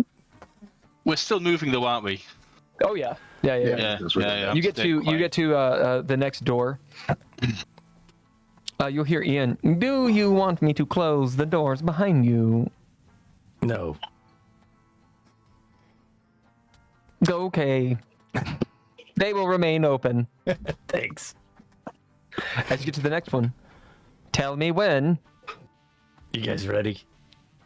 Hold on. Do we still have visuals on camera feeds? Not where you are, because those are on the terminals on the deal above you. Yeah, but that's where Ian can see. Yeah. Elliot. And Any your, activity? Is there any activity on this floor? The next floor? As Arthur, you were literally at the door. Jackson is right beside you. You guys have actually. The rest of you will be on the ladder. And the next deal is one partition above number one, as Ian says. Scanning. Yes, there is activity below. It seems two crew members are moving there. It's the mess hall, where you have like the meat yogurt and the vending machine. Meat yogurt. Okay. It's okay. Yeah, I'll call it to Elliot. Hey, Elliot, check out the cams for the mess hall. Tell me what's going on in there before we go in. As Elliot, as I described, he had actually started following you, and he was on the ladder. Like he left. Oh, Elliot was? Yeah. As he kind of looks down, yeah, I'll do that. As he climbs up, like Jackson, give him a look. He's goes back up top. As you guys kind of sit there for 5 minutes, just chilling out. Elliot gets to the top. Oh, okay. Right. So like 10-4 over. Yeah, just what can you see? Right. Okay, so it looks like in the mess hall, looks like there's one of the security guys, I guess, but he doesn't look at all like you guys. I mean, he's wearing like totally different uniforms. What's he doing? It looks like he's laying on the floor, holding his head. Oh, he just really threw up. I don't really know what that is. I think we're good. It's all blue, Good. but it doesn't look good. I think we're fine. Really doesn't look good. Yeah, there's another one. It looks like he's like, I don't know. It's like he's like behind the vending machine or something. Stuck? I don't know. Maybe he's fixing something. But he doesn't look like his legs are kicking, man. Let's go. What happened on the ship? Just stay right there, Elliot. I'll Let's stay open the here. door. Let's open the door, Ian. We're Hold gonna on. go into the next room. Hold on, before that, get the comms to Ivy. Ivy, did you get the Aye. impacts? Oh yeah. This goth girl gave it to us. She's a real bitch. Yeah, keep her with you because she's just going to distract the other idiots. So Fuck. just we'll keep them separate. Really? Yeah. I mean, You hear her, she's like, you go stand over there. Don't touch nothing. I think there's a couple of open cryopods down a couple levels if you need to, You can hear her. She's like, I'm not going into cryo. But cryo, it's that. You know what that is? You know what cryo actually is? It's the institution. It just cuts off. Right, let's get this door open. It's going. Doors opening. As you see below you, the smell of the mess hall, and you hear violent vomiting going. Down near the bottom, you can see the dude like keeled over. His head is just a bloody mess. You can see on the wall where he hit his head, and he's just vomiting blood. And sure enough, next to the vending machine, you see a dude sort of like squirming and jerking and stuff like that. Meanwhile, Does it look there's like the this- door. You guys Does it look keep like- going. Do you think a stim pack will help these guys? Well, hold on. Behind the vending machine, does that look like it's been used as the barricade to stop? Like there's a door on the other side of that vending machine. Can we? Because we've been here plenty of times. Mm-hmm. Where it is, has it been used as a barricade to block a door? You will get how much XP? We'll give you a. We'll roll a D5. But you want me to roll D5? Yeah. Oh, okay.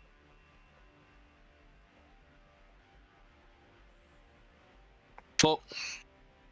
You get 4 XP towards skills as Arthur kind of puts his hand up, blocking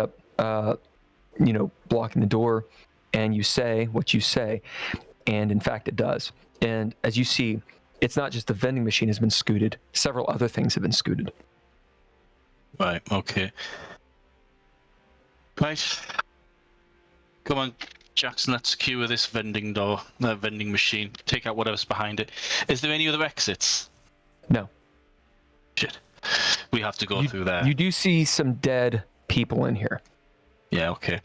A couple dead guys. Yeah, Roger, keep an eye on the guy who's vomiting. If he actually makes any move to attack or whatever, put him out of his misery. Let's deal with whatever's behind that. Yeah, if the station taught you any first aid, go ahead and do it. Yeah, do it, Roger. Do it. Now Roger's up top. Oh, Roger's up no, top. Elliot's I thought up top. Roger was with us. Elliot's up top. Oh, I Which is the forgot. guard. You're right, Elliot. Yeah, I'm an 4 idiot. children, You're right. burnt out. You're right. You know. You're right. Yeah. Elliot's up top. He's the guy. Roger's like, oh man. Where's his voice? Is it time to gruff shoot and whiny. stuff? Oh, he's Bill Burr. That's right, Bill Yeah. Burr. Yeah, Right. yeah. He's Full like, kid. what? You want me to do what? The vomiting guy? Come on. As he starts climbing down, he stops a couple times, looks up at you guys. Really? God, he turns on the hollow pistol. Hey, buddy. Hey, buddy, are you okay? He's getting closer. Are you okay, buddy? You notice the dude behind the vending machine, he stops kicking as Roger approaches. What are you all doing? Are you just standing at the top of the ladder looking No, I think we should climb No, down as head well. into the vending machine Yeah. and just gonna pepper whatever's behind it. Pull the guy with out. bullets. Oh, so you guys go to the bottom. Yeah, let's talk to the We're guy gonna take first. out what's behind. Okay, hold on. Let's let's- talk one at a time. Yeah. Hold on, Glenn. Okay. What were you guys doing? Where are you going? Heading towards the vending machine. Yep. Rifle at the ready. Cool. If it's wedged, shoot right in between it. Okay. Go for it. So that's where you're going. Yeah. Jackson, what about you? Jackson's just gonna walk right to the guy that's stuck in there. Okay. Okay, we'll get Grab you him in and just. pull him out at you- least you- where he can speak to him. Yeah. So you're gonna get to that point. And Glenn, what are you doing? I'm following behind them because I'm not Okay. really sure what to do with these people. I'll As- keep an eye on the guy that's vomiting, I guess, because he's easy Sure. to see. Roger is going towards that guy. So Glenn, you'll be like right behind Roger. Mm-hmm. Are you going to be keeping distance, or are you right next to him? A little distance. Okay, you have a little bit of distance. Vomit. Sure. So Roger kind of about halfway down, Roger turns or gets off the ladder and goes over towards the guy that's vomiting. His vomit, of course, is trickling down everywhere, by the way. It's all over the place. Jackson and Arthur, you keep going. You get to the bottom where the door is and where the barricade is. And one of you's on the left side, one of you's on the right side where the guy is. Jackson, you're to the right side. Arthur, you're to the left side. Basically looking where the barricade is. Roger obviously gets to his deal first. He's got his hollow pistol out. He's, pointing it at the dude throwing up. Glenn, you can see the guy's name is Jared. He is Nova Espro security. Gesundheit. As you sneeze, Roger's like, God damn it! What are you trying to make my heart fly out of my face? As he's turning back around, as you see the guy stops vomiting and he looks up, and Roger is looking at you, Glenn. You okay? Yeah. But Glenn, you can see over Roger's shoulder, and you see the guy look up, and you see these bloodshot, brilliantly red eyes. Yeah. As he goes and leaps forward. Fuck. Meanwhile, Arthur, you're over near the barricade, poking your gun out a little bit of the chute. As you look out past the barricade, you see what one of the cameras couldn't: gore all over the place, limbs, entrails, etc., just strewn out across. Why does your guy not make a sanity or fear check at this point? Man of nerves of steel doesn't need to make a roll. Okay. Yeah, as you've seen horrible shit in the last couple days. Yeah. Okay. More of it. As you don't need to make the save. You just see it, but immediately you can feel it affect you. Yeah. Jackson, you get over to this dude who stopped kicking. As you do what? This is all happening at the same time, right? Yeah, can I see his face? No. It looks like, actually, as you get around, it looks like he's pinned. Like, he's not okay. Yeah. Like, he's been crushed. I'll just grab him, try to pull him out from behind it. As you grab onto him and pull, I'm going to leave it up to you here. You can make a strength check. We'll say the stim pack. I know we've spent a long time. You'll still get the advantage for the stim pack. So if anybody's taken a stim pack in the last little bit, you still have the advantage on those checks. You can make this roll if you want. That pretty much gives you good narrative control over it. If you don't, you will get him, but there's big consequences to it. So it's up to you. Okay, I like rolling. I'm going to put athletics on there too. I think that applies. Do it. With advantage, I rolled a 2. Nice. As you're able to put your leg up and describe how you get this guy unpinned without ripping him in half. Yeah, I'll put my leg on the vending machine, grab his arm and his chest, behind his arm on his tricep and his chest, kind of push the vending machine a little bit away from the wall, and just pull him free out of there. Gunny, you obviously see this happening as the vending machine kind of scoots just enough to where you see there's another security guy laying in all the gore, like he's all shredded up and he's like on a pile of stuff. As you see him raise his head, and he doesn't look alive. Okay, behind you, Jared is leaping at Roger and Glenn. Old dude that Arthur's seeing is looking up and is starting to move towards the barricade. Jackson, you pull this guy out. As you do, because you rolled so bit and make it a better situation. His head was going to just be fucking gone, and he's, like all destroyed and whatnot. Instead, he's just lacerated and fucked up, but he's alive. As you pull this guy out, you find, oh wow, you find Rourke, as in the fucking head of security. Okay. Who is very injured, but like big lacerations, and he's like sort of coughing up blood and stuff, but he's cogent. All right, Glenn, what are you doing? If this guy's You are muted. leaping at me, I am going to pull the revolver out and shoot it as many times as possible. Yep. Roll combat as Rogers turned towards you, not seeing anything. He sees you. Whip out your revolver and bam, bam, bam, bam, bam, like over his shoulder into his ear. Ah! He's just screaming. Roll combat. Meanwhile, Jackson and Arthur, what actions are you guys gonna take? As you hear, boom, boom, boom, boom, boom, behind you, or above you, I should say.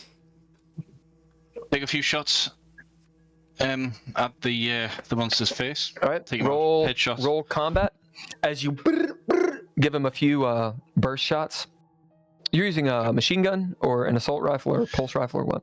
I think it was definitely a rifle. I think it was a pulse rifle. Okay. Can't remember. And Jackson?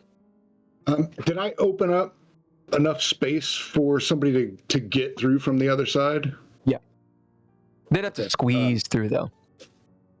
Like it's not like open, like haha. Like someone could easily get an arm in, and they could pull themselves in.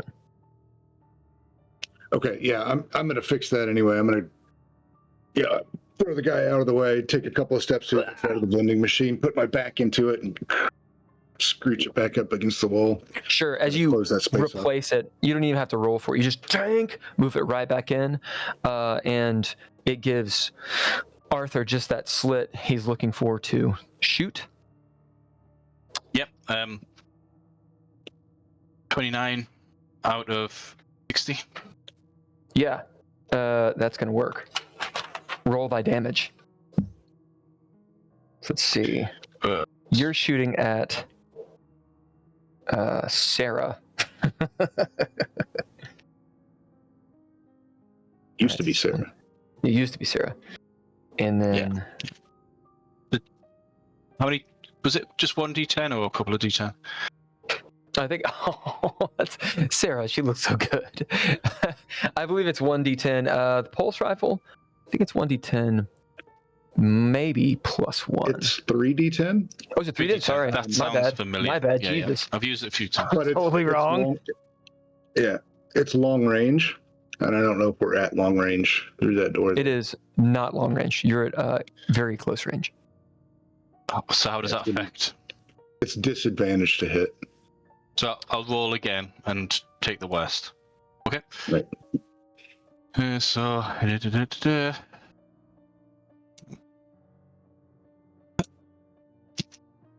It. So... Yeah, Yep. you guys are right now at close range, and from Sarah and the rest of them, you're at adjacent range. Okay. Right, still hit, but it's I hit by 1. Yeah. Rather than like 20 odd or something. Like So a little bit less in there to control, but as you give her a good blast, a goodness, what's the damage? that. Okay, 3d10.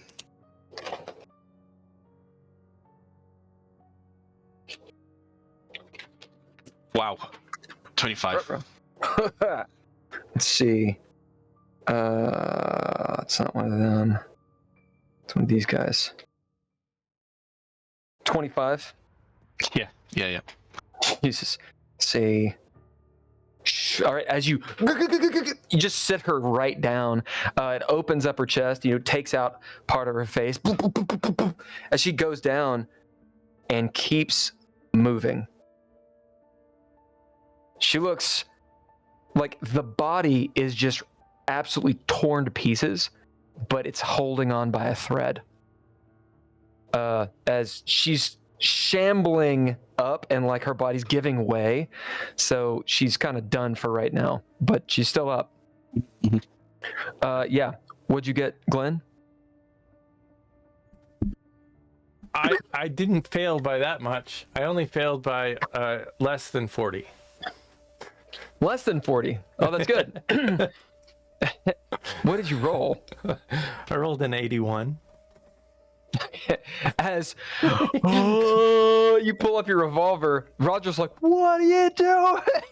What are you doing?" Since you didn't roll, Jackson, will you roll for Roger, Let's see what he's got. I believe he's just a security dude. So let me get him really quick. Let's see. We'll give him combat 35. Yeah, Roger's going to be sitting at a 40 for this.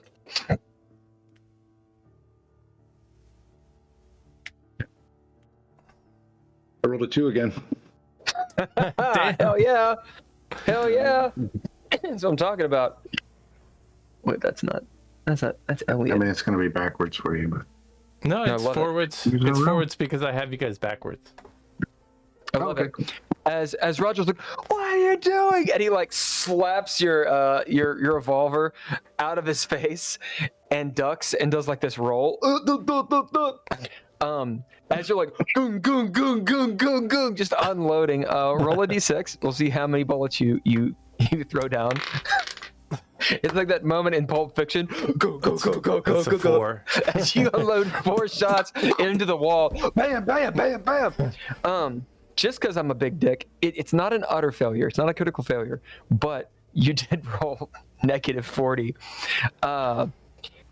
Let's find out if it No, harms it was- the wall. It was Huh? 39. I rolled You got negative 39. Yeah, no, negative 39. I failed. Negative. 39 over. You failed by 39. 39. Right. Okay, it's not 40. You're right. It's true. All right. Call high or low, and Arthur, will you roll me a d10? There's a reason we use hollow pistols. Low. Now, are you sure Low you want to for go low for low? pressure. High for high pressure. Which So one you do go for high. High. You're going for high. Right, I'm rolling. Yep. 9. Yeah, Hey, nice. high. As tink, the bullets just impact a hardened part of the outer wall. Tink, tink, tink, tink, tink. As Roger's like, "What are you doing? You're trying to kill us, man!" As he rolls He's out of the alive. way, and He's this monster. Oh! Now that Roger's out of the way, it goes after you. And you failed. It did fail. Arthur and Jackson, will you roll me a d10, please?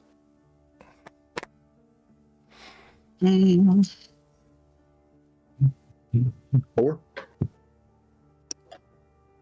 7.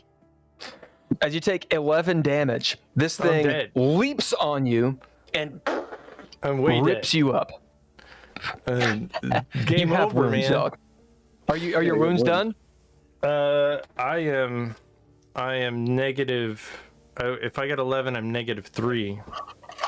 So I thought you took you even with the stim pack. yeah.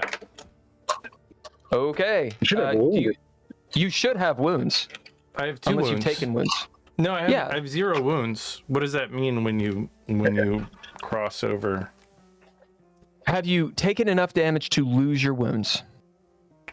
Well, I mean, if I got it, my health would have gone negative 3.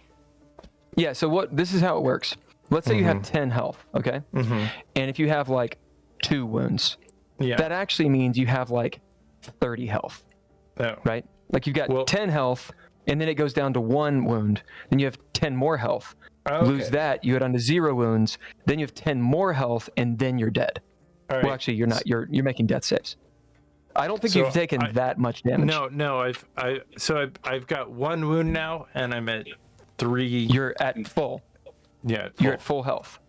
Yeah. I mean, it rolls over. So Yeah. if it went over, Yeah. so how much health did you have? I had 10 health. I had 18, so that's 8 minus 3. Yeah. So I have 3 wounds and 1 wound and No, 3 health. that's not how it works. Is that not correct? What is your maximum health? 18. Okay. How much health did you have left? 8.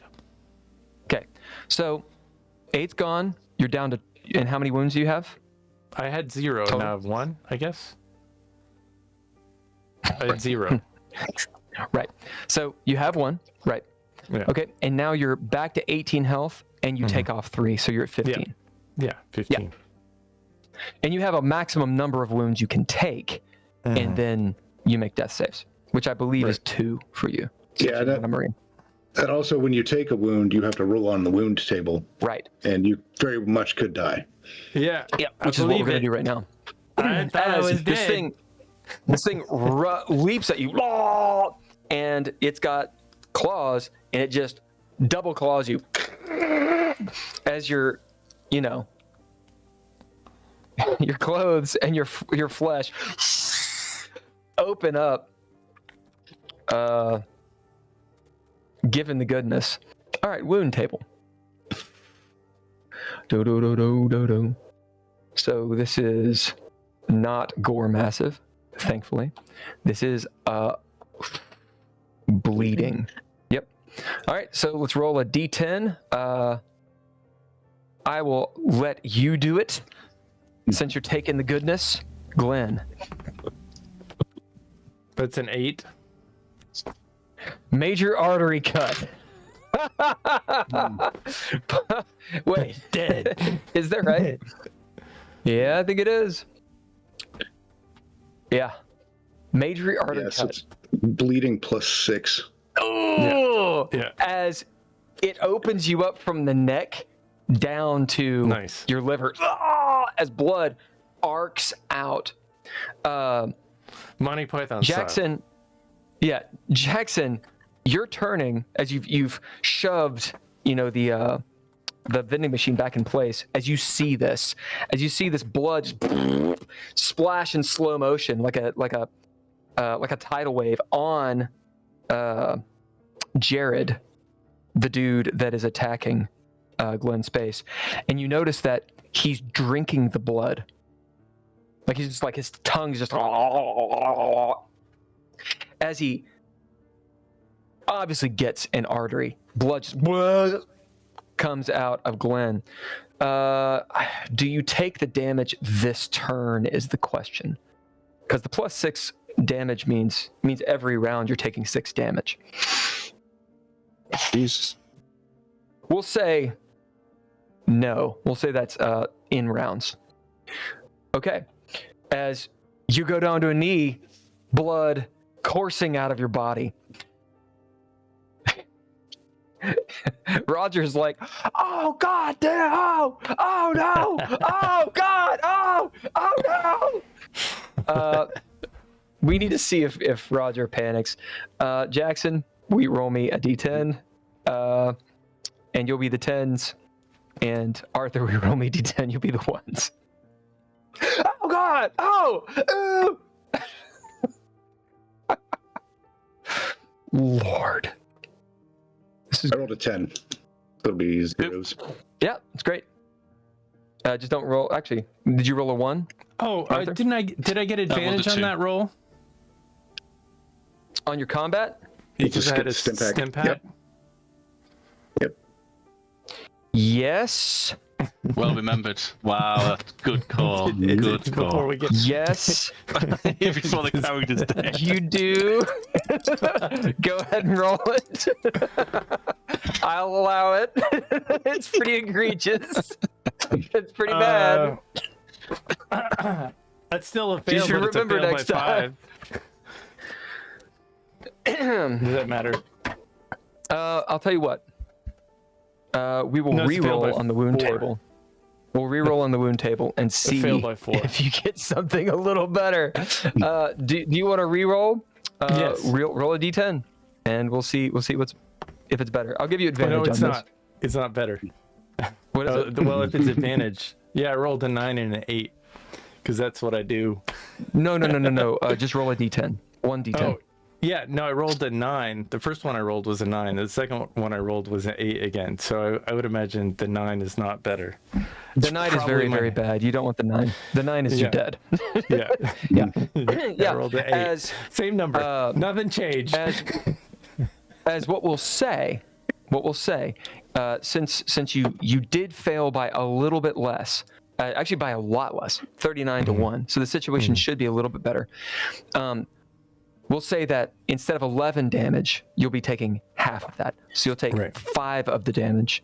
So you'll still have your wound, right? So regain that wound. Okay. And you have 2 hit points on that deal. Gives you a little bit extra. Although doing that means you don't take the wound. Wow. It's true. Terrible. Yeah. Yeah, you still get cut. Sorry. Okay. That's that dude. Roger is freaking out.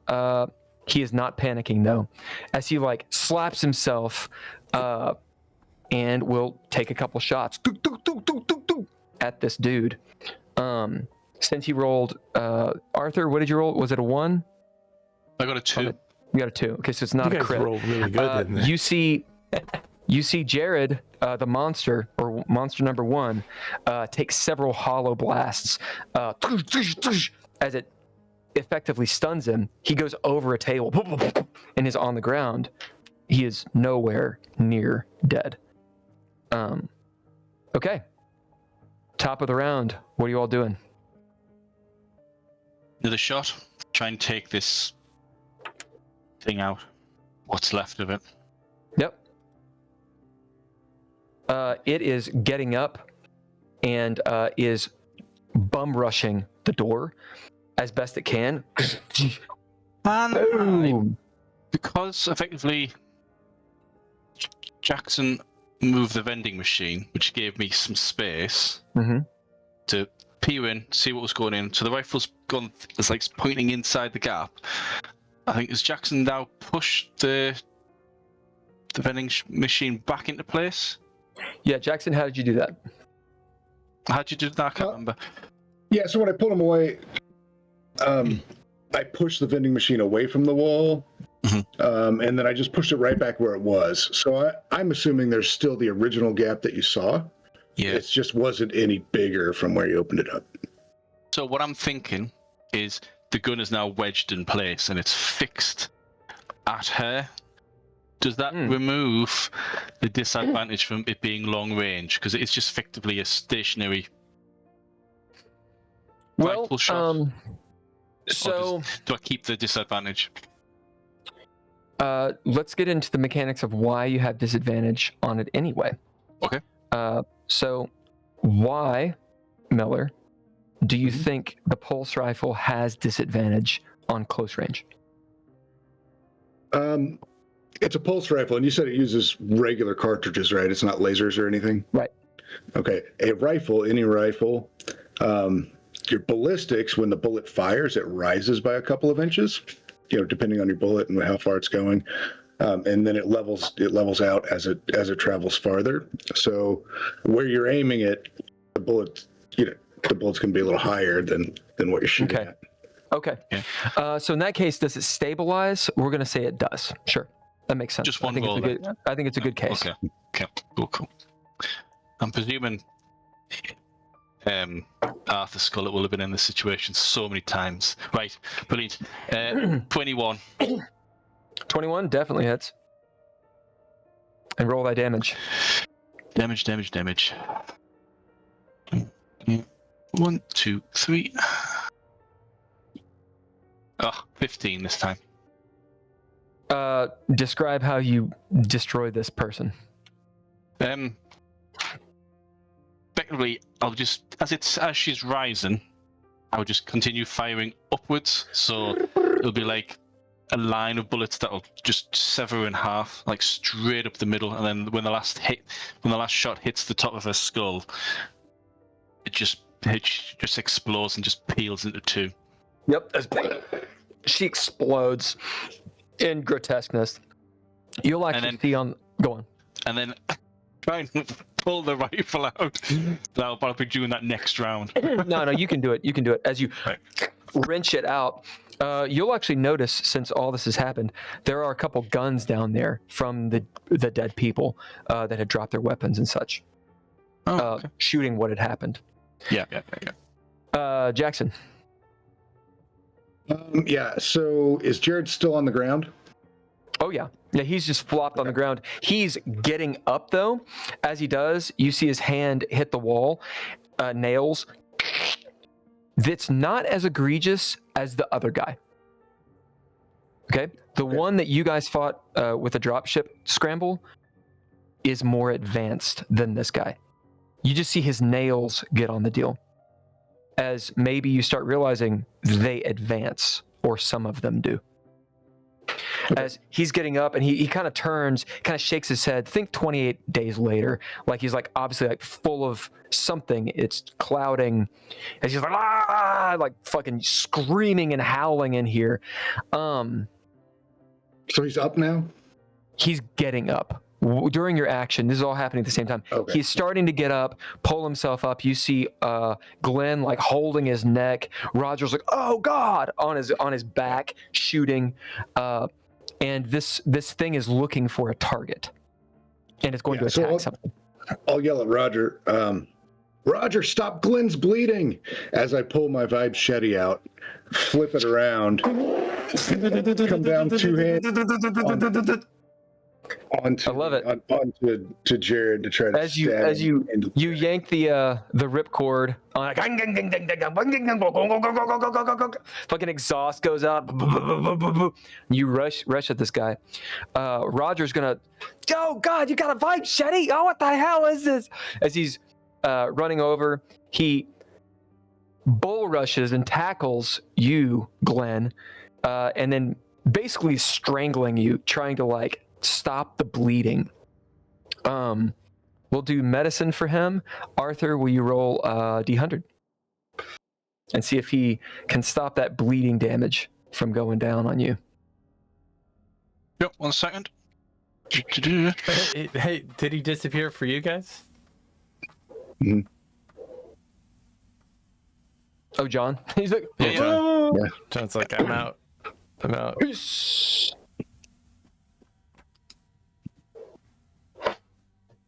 What'd you get, Jackson? No, I hadn't rolled yet. Oh, yeah. Oh, I rolled a 67. I failed. Oh, no. Unless I had advantage still. Now you got your stim pack, yeah. Okay. Let me do it again.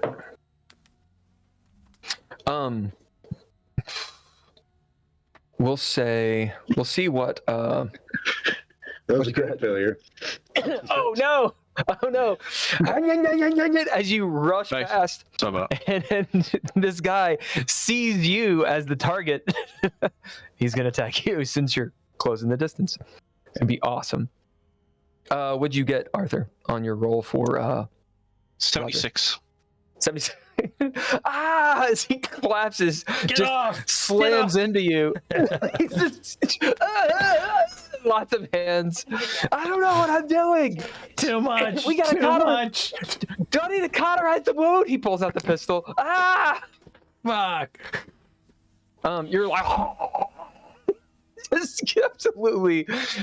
You take 6 more damage. Oh shit. So this will drop you.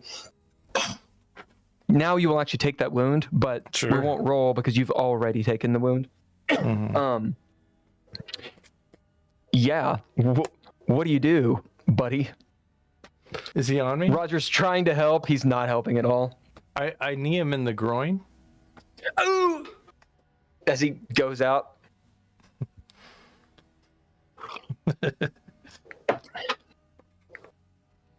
And I'm gonna shoot the monster that just gutted my freaking. you have this laceration. Basically, one of your arteries is nicked, and it's just shooting blood. It's shooting blood? You know you don't.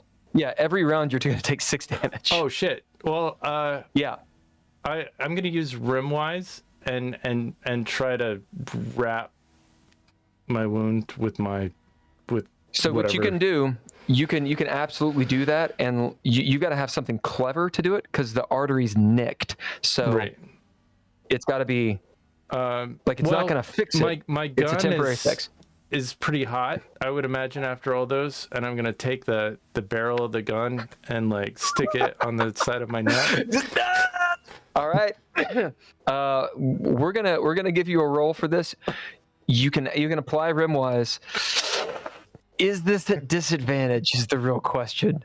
Well, it'd be a straight roll if it was disadvantage. That's right.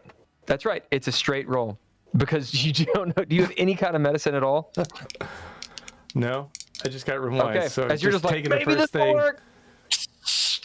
Give it the good news. And See if you can that- stop the bleeding. Well, we're in the cafeteria. Yeah. Well, I'm gonna run over to where the stove is, turn on a stove on like a burner? metal burner, or whatever gets hot, and I'm gonna make something real fucking hot. Okay, your gun will work. It's just cool, and you shot it a bunch of times. We're gonna say it works. All right, gotcha. It's like high-powered gun. Fine. It's way cooler that way.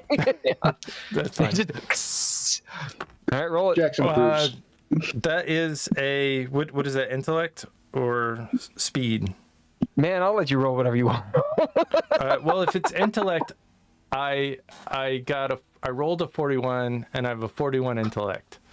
I love it. No. You're like, plus I get plus 10, so it's 51. Yeah. So I succeed. So you, as Roger's like, what are you doing? Don't kill yourself. As you, okay, you will take some damage for doing this. Sure. We'll say it's a D5. Seems egregious. Neck wound. We'll say it'll be a D5 halved. So roll a D5. Yeah, I rolled a 1, so I get half. Okay, so you take 1 damage. So you take 1 damage as you stop the bleeding. Here's the caveat. You beat it by a good 10, so you actually have effectively cauterized that artery, right? Thing is, if you start taking more damage on it, like, it'll open up. It's gonna open up again, and you're gonna have 2 wounds. Okay. Sure. So you have not cured that wound, is the thing, but you're not taking the bleeding damage. That's epic. As Jackson, in your throes, as you're like, blang, blang, blang, blang, blang, and you just tear through one of the tables. The teeth on your vibrachette get caught in it, as it's got to go all the way through. Over your shoulder, you see Glenn's face bleeding, just moment of heroism as Jared leaps at you and tries to fuck you up. So there's a body save for you as he is trying to eat you. Athletics or Whatever you want to roll, baby. Cool. 84 failure. Remember, you get advantage. Shit, right.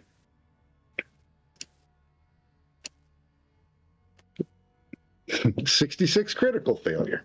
So I'll go with the 84, I think.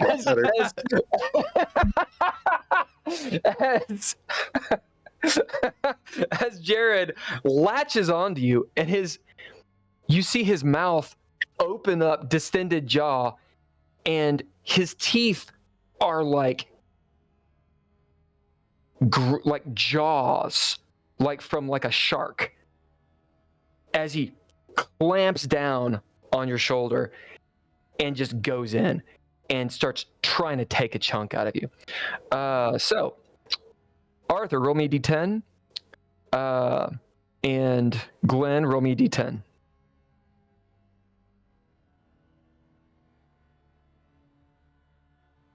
Three. He's trying to suck you. What?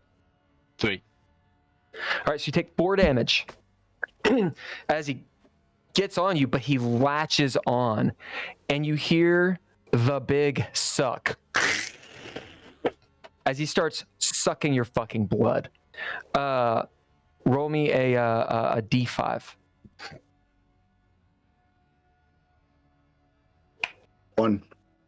You take 1 damage as he can't get through like your leather coat. He's like choking on you, but he is latched onto your shoulder like with his teeth, but like fucking Great White style.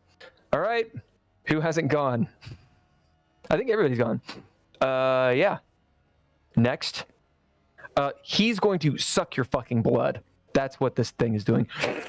So, how you want to react is up to you, Jackson. Body save is to resist him doing that, and he doesn't get any blood out of you. Or you can try to get him off of you. Yeah, he's not moving. So Nope. I mean, he's in place. So I can take the 5 shed, even though it's extremely painful, and just bring it in toward me and cut it into him. As the vibrachette Right about comes the neck. really, really close to you, you know if you fuck it up, you're gonna get vibrachetted. As you're like, Roger's like, oh god. Yeah, Arthur. As you wrench your gun out, you see Rourke on the ground, turned over. He's all just fucked up. He's like, oh, and you see him die. Okay. I'll turn around to see the rest, see what's going on behind me. Yep. So you see Roger on the ground, like, freaking out with the pistol, looking at the vibe shetty as he's trying to get a shot on the monster on Jackson. He's like, stop moving! Can I just move towards Roger? I want to take the pistol off him, but obviously probably take more than a round. No, you're right there. You just climb up and grab it. Yeah, you guys are within close range. Oh, hey, what are you doing? I need that. Take the pistol and head towards the Jared. It's right there. And Jared is on top. So you guys are on this little second level. Right. Okay. Glenn's space is just behind, and then you guys are all right there, pretty much adjacent. I just want to do a point blank headshot of this monster. Okay. If I can. Obviously, I'm not sure. Of course you can. Initiative. Of course you can. Though you do have. Are you using your the hollow pistol? No, I'm using just rifle? No, either the pistol or the revolver. I'll take that. I love it. A headshot, point blank. That's the plan. All right, you guys. And Jackson, how are you doing this? Getting your roll on. Yeah. I rolled 12. Yeah.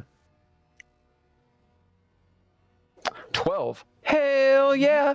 As you roll damage, baby. And Glenn, we need an action from you too, as you see all this going down.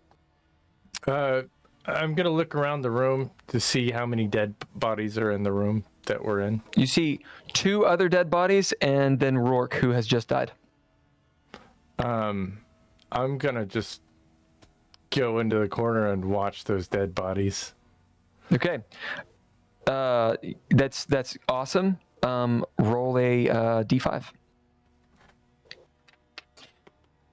What's your damage, Jackson? 9. 9. As you that's a 1. There's a 0.5. wound table on that vibra-shetty, right? Oh yeah, it does 2 wounds. Yeah. It's pretty saucy. Yeah. It does both bleeding and gore. All right. So, do you want to delegate those, or do you want to roll them? I'll roll them. All right, do it. We'll roll bleeding first. 4. All right. So major cut, it's +2, so you get 2 damage. And remember the +2 every round. And it's cumulative too with bleeding. Yep. Yeah. Okay. And the gore, wounded massive is a 1. Okay. Awesome scar, +1 minimum stress. All right. As you stress this guy out, he's like, he's just more angry at you. And what's the total damage? 9. 9? Mm-hmm. Yeah. As you cut into him, but he's so close, and you don't want to cut your body in half.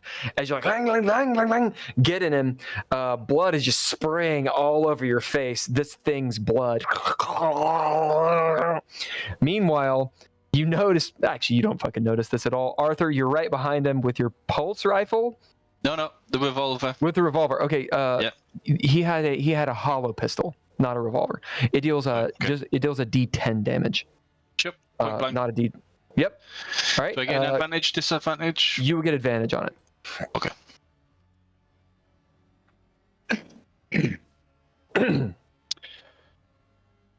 Right. Just like double advantage. I want to pass, but I'm going to roll again. See if I can get a crit. Yep. See if you get a crit. So it's either 36 or... Oh.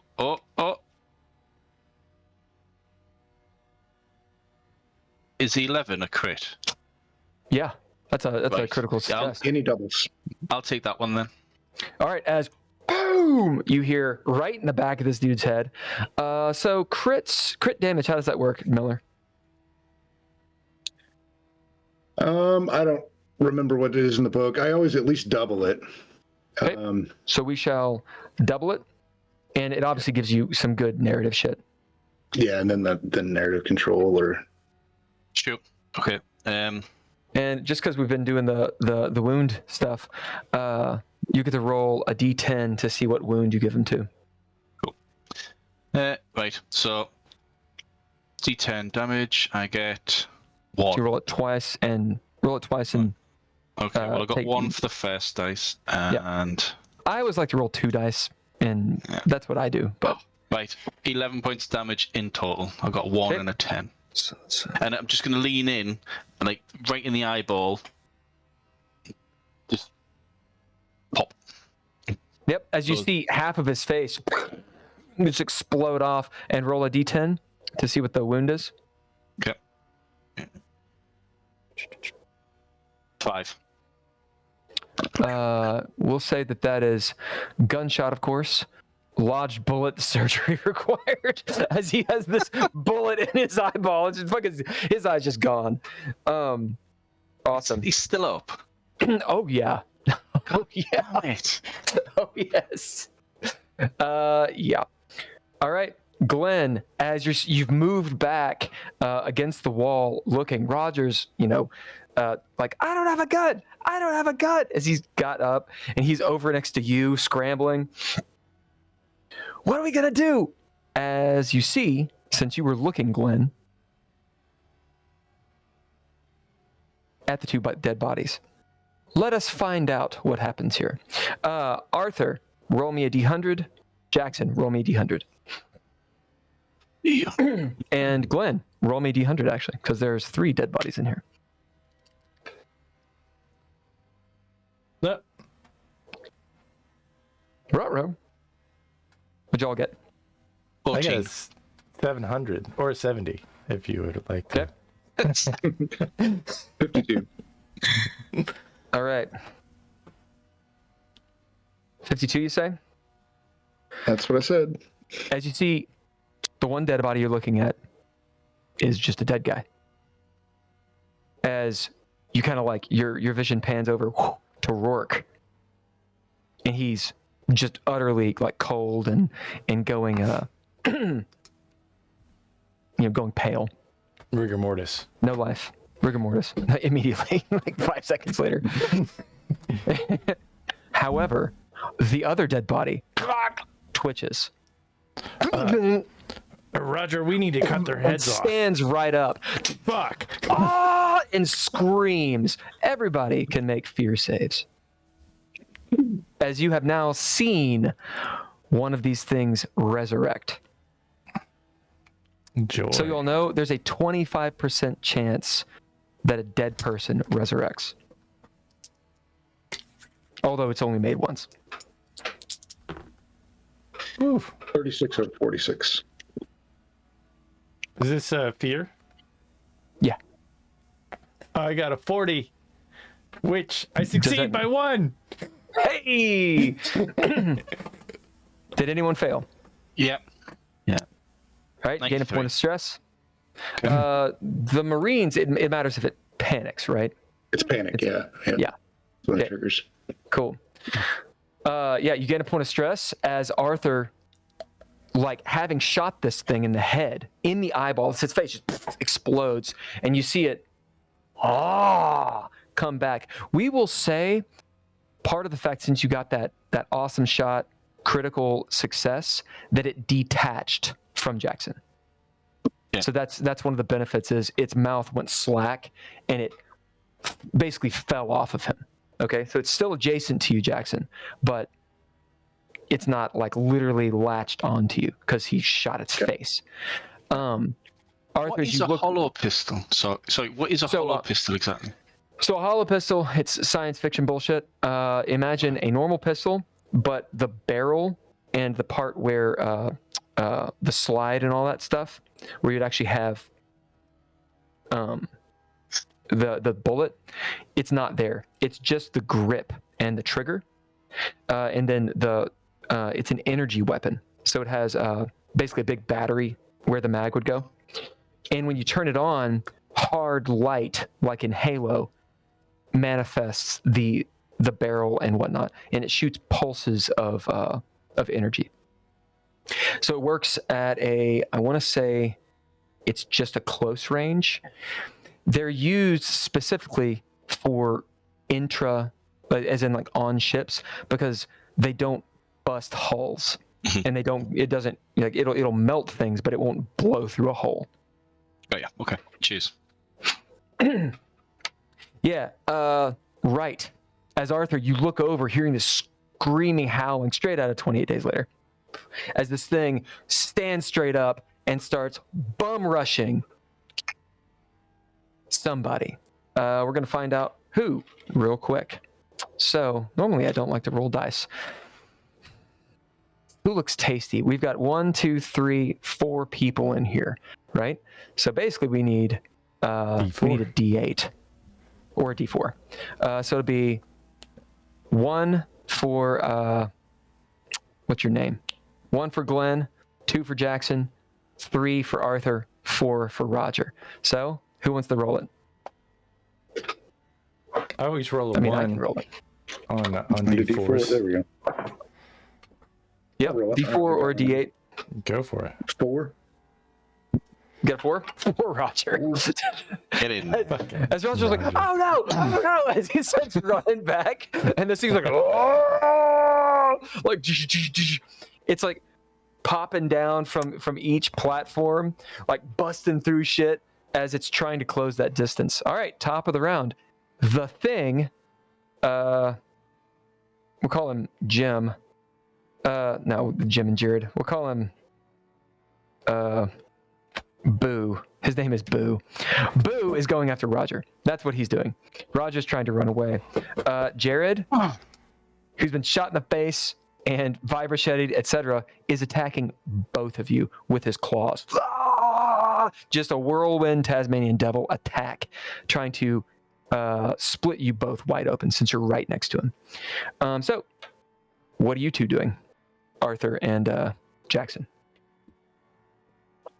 Jackson, first of all, he's going to yell at Roger. He's going to, Roger, pull the stun baton from my belt, shove it up this thing's ass.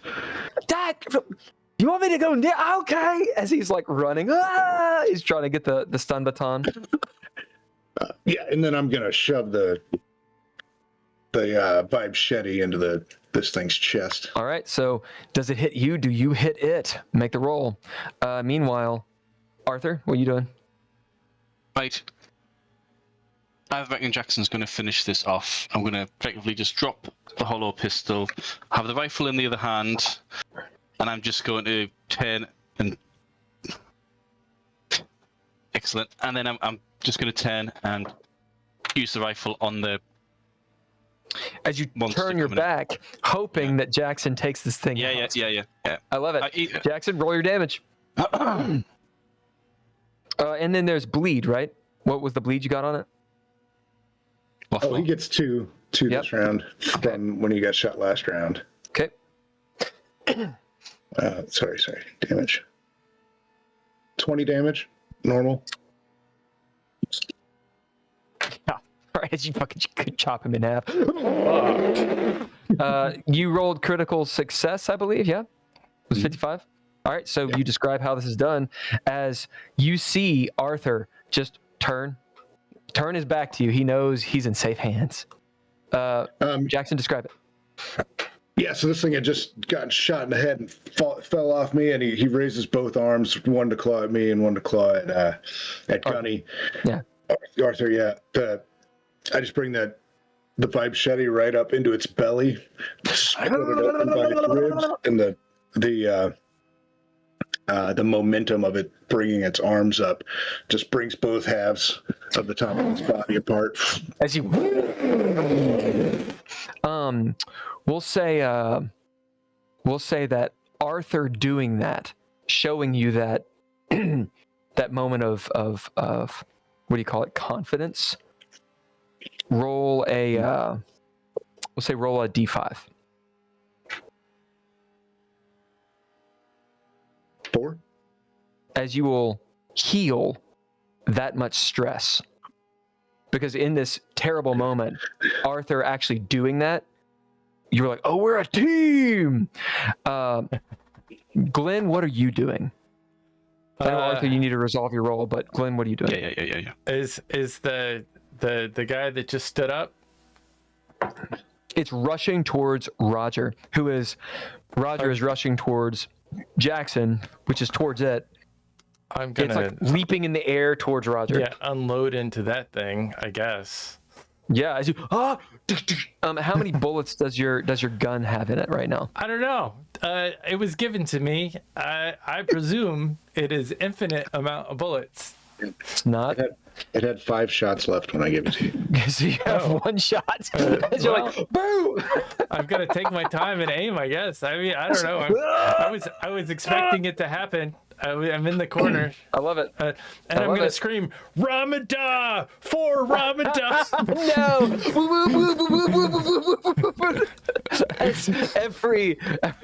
every fucking lapel. If it's not Ramadan, it's Ramadan. Sure. So you'll get advantage on the shot. Although I think you have it already.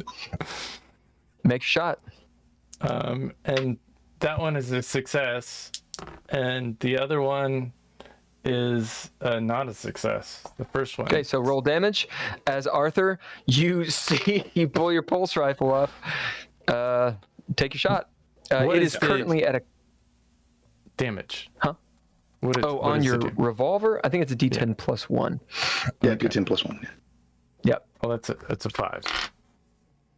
Okay. She takes 5 damage to the dome. Boo gets shot in midair. Oh, is it still flying forward with the momentum? But you shoot him like through like the armpit out the back. And your gun is out of ammo. Arthur, You what'd hear roll? click, click, click, click, click, click. I fail by 8. As and you're rolling with you had the advantage, right? Oh, do I? Oh, I assume I didn't because I was doing like drop one weapon and then it's like a quick draw on the other. No. If I've got advantage, I'll roll again. I would take every advantage you have. Sure.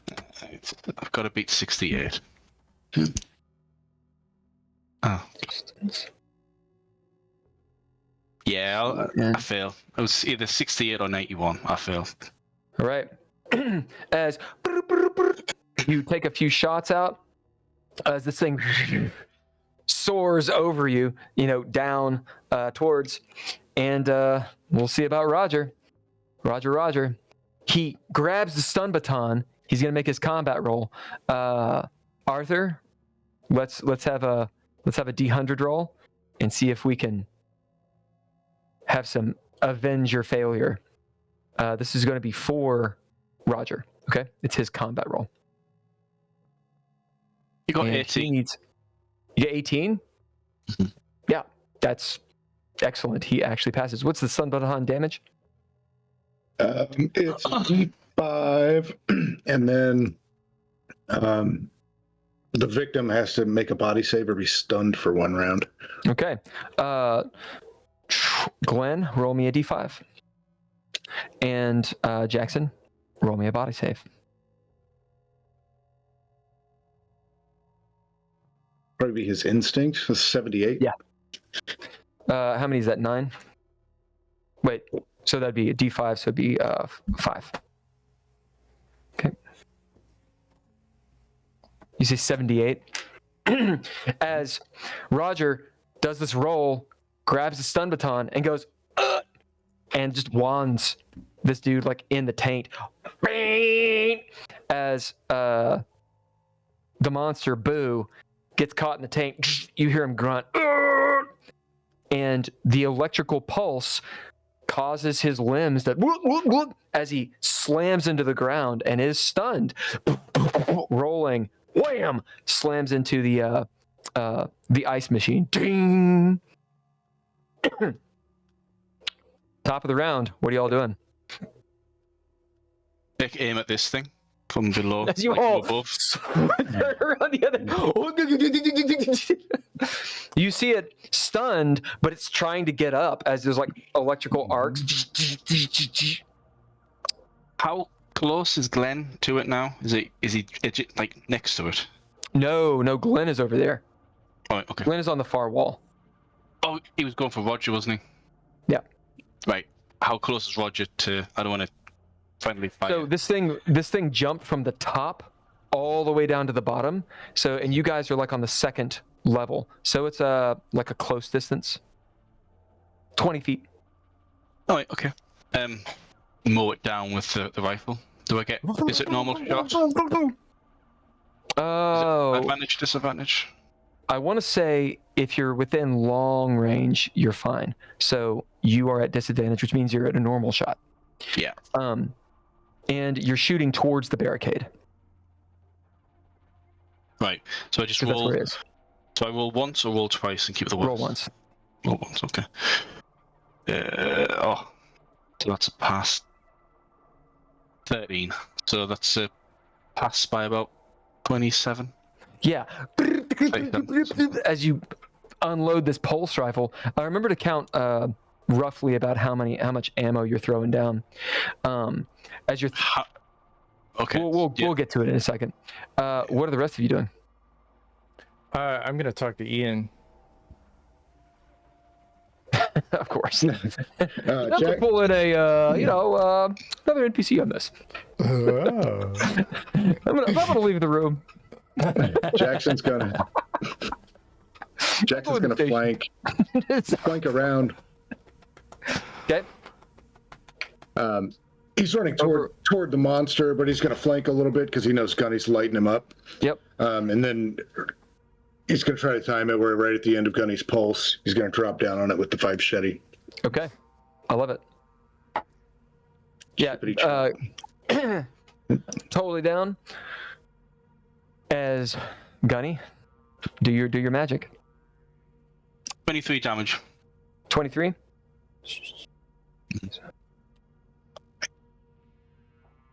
Yeah, as you see, it's starting to get up, and it's just obliterated, like blah, blah, blah, blah, blah, blah, utterly torn to pieces, kind of stuck and wedged in the wall.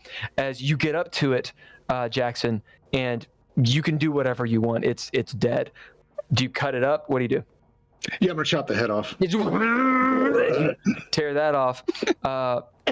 And there's an eerie silence and the smell of hot blood in here. Glenn, what are you doing? Are there any monsters still alive? Not as far as you can tell. That everybody's been. Did I notice any kind of? Did the Ramada affect the monster at all? Yep. Did I notice that when I said that? It was kind of hard to say. It's kind of hard to tell because it was literally flying through the air. Yeah, but I mean over the past couple hours, every time I said Ramada, is that distracting them? It's distracting everything. It's distracting everyone. Yeah, it's right. Those advertisements are just distracting. Some things can look past it, but you've used it pretty cleverly. So it's not it's not like Mars Attacks where like they hear pulse and their heads explode. Yeah, they hear the song and like with the yodeling doesn't make their brains explode. No, but it does distract things. Okay. Well, I'm gonna say, Ian, you might want to warm up the engines or something. I don't know if you can do that. Can you do that? Yes, I can do that. And then relay that message that Mark Zero needs to fucking get us the fuck out of here as soon as we get severed. Yes, I will do that. Thanks. All right, what do y'all do? I think we fucking sever the ship. Yeah, Jackson's moving the vending machine. He's like, yeah, we need to get out there. Okay, it's about this time that if you've taken a stim pack a while ago, it's starting to wear off. But you will be able to move that vending machine, and we'll say that, Jackson, that's kind of how you figure out that the advantage of it is starting to wear off because it's harder to move it than it was before. Yeah. As you kind of heft it out of the way, and it is a gore bath. Viscera, everything. There's some weapons that the security have dropped on this side. Yeah. What are y'all doing? I'm gonna run to guys. where I believe the detachment and I'm gonna close our airlock. Okay, so To the you're in the compartment right above, right? You move into that room. You see the airlock, and you see that it has the 4 panels. You have to pull off and then manually detach, and then hit the button, and it'll be Right. it'll be gravy. As you start to go do that, Yeah. you get to the airlock. The rest of you, what are you doing as that's happening? I just want to, right, guys, if we see anything moving and it's clearly not human or they look ill, we have to assume that they're monsters, so just take them down. I'm not having you guys running the risk of getting injured or taking infected. If there's any doubt, 100%. put it out. Nice. Oh, what did you roll on that D5, by the way? Who, me? Yeah, you. I rolled a 9. That's not a D5. So I rolled a 5. A hell of a D5. 4 or 5. I guess it'd be a 4. It would be a 4, wouldn't it? Yeah. Okay. It was for looking around the room. You will gain 4 XP towards skills for figuring that out, that those dead bodies were potentially not dead. As Glenn runs to the airlock door, Arthur says what he's saying. Viscera everywhere. You're in the next room. Yeah.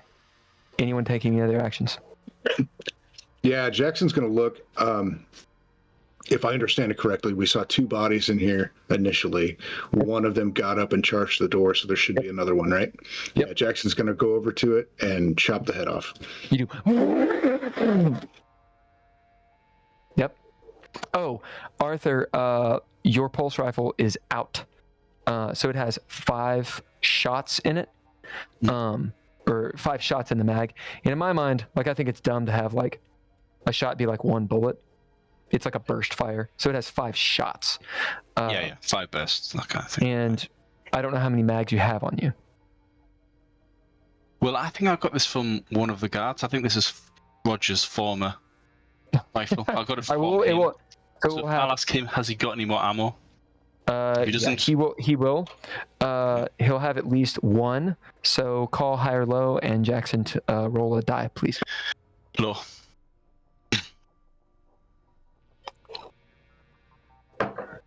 4 out of 10. Okay, so he'll have 2 mags on him. Okay. Yeah, I suppose you can have all my ammo. Yeah. Yeah. Are you Go okay? look around, dumbass. It's all over the floor. Oh my God, it's all over the floor. What happened here? As he comes out, oh, it's sticky. Oh, as he slips. You guys need to focus. We need to shut these fucking doors right here. Yeah, speaking of, you get to the airlock and you're looking around at, how do you take the panels off? They're fitted into the wall and you need like a tool. Normally you take a tool, like one of those 5-star dumb screwdrivers and pull that thing out and, be able to do it. It's not made to be difficult to do, but it's also not made to be able to be just super easy to do by accident. Sure. Right? So just sort of like, looking at that, you see in the umbilical a couple guys who are like, screaming at you. And then I'm going to yell, there's more.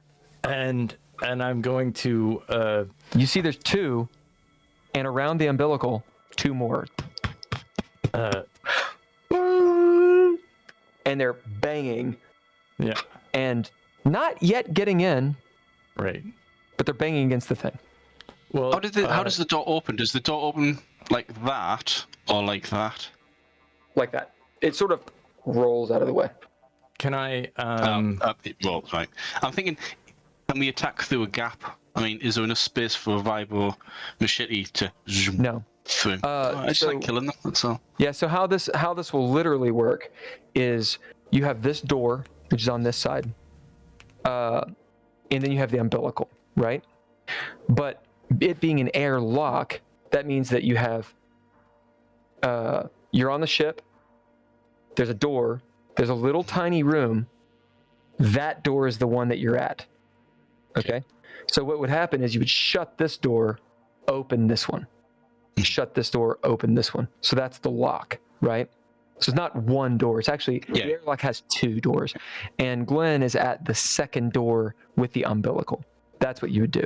So what you want to do is unhook it here, move into the next room, close the door, and then let it rip.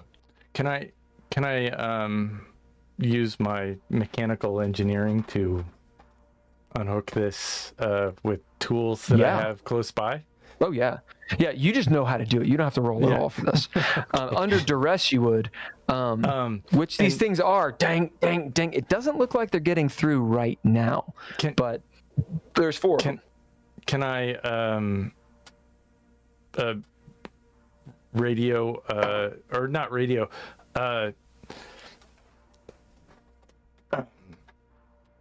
can I I'll radio the you guys want to shoot something? I don't fucking care what it is. Something small at the umbilical. We need a little distraction. Something. Shoot at the fucking station. I don't give a fuck. But they're in that fucking umbilical. Mark Zero. Who are you talking to? Talking to Mark Zero. Mark Zero? Yeah. You hear Ivy. She's like, Mark is he's deep and inside. He's rerouted some systems, so he's got this pilot chair and he's made like a little joystick so he can fly it around. I don't fucking care. Just shoot something at the station. You want us to shoot the station? Yeah. If you want to live, shoot as close to the other side of the umbilical as possible while I fucking do this shit. You hear she says, okay. They want us to shoot at the station. As Mark Zero's like, what the fuck? And I'm going to proceed to unhook us. And as you start start doing it, it is not a slow process, but it's not a fast process. Right. As you're pulling, the one lever. Meanwhile, what are the rest of you doing? Jackson's going to be helping him. Okay. As he gets that head off. And Arthur?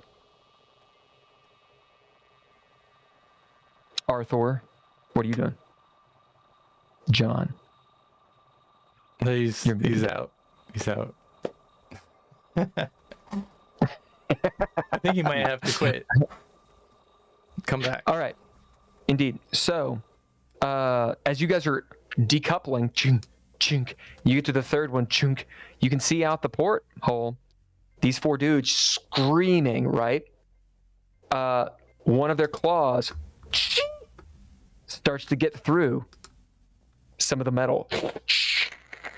As another one, Jackson, you're pulling the third one of these clamps. There's one more. Okay. Outside, you see a laser beam. It's like this yellow caustic laser beam come from the ship. We're going to see where that goes. Arthur, are you muted? No, I'm here. Roll me a D100 with disadvantage. With disadvantage. Oh, Jesus Christ. As your fucking ragtag crew up there is trying to figure out how the mouse works. Right, either 50 or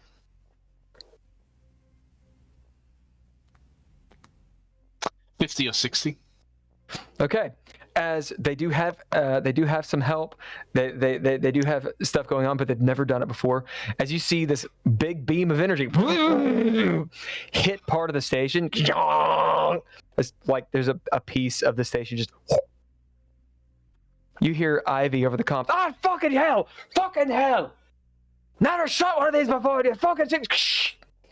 We're loading it back up. It's got the recharge. Okay, so. Tense situation. These things are trying to poke holes in your door. If they do, right, they're going to start to get a foothold, which means when you decouple, or if that umbilical loses pressure, then this room starts to lose pressure. Okay? So to do this quickly before they do that, one of you two at the door needs to roll to do it quick. Be strength would be fine, speed, whatever you want.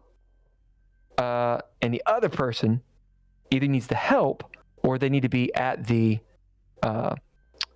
airlock door on the ship side to be ready to close it.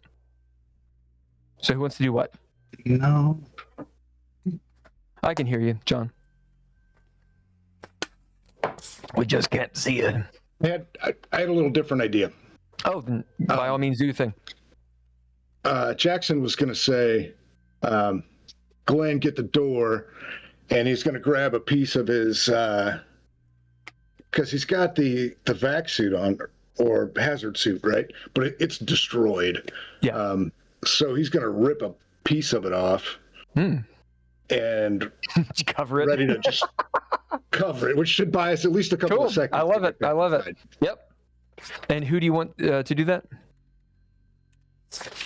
Glenn was right there. He was working on it. So. Sure. So Glenn, you understand what he's saying? To cover the hole. Now you get the door, and I'll just plug that hole as soon as it sucks them away from the ship. All right. Yeah, I feel like I should be severing us from the ship. Why don't you get Gunny to do that? Yeah, that's what I mean. No, that's what I mean. Get All the right, Glenn. umbilical off.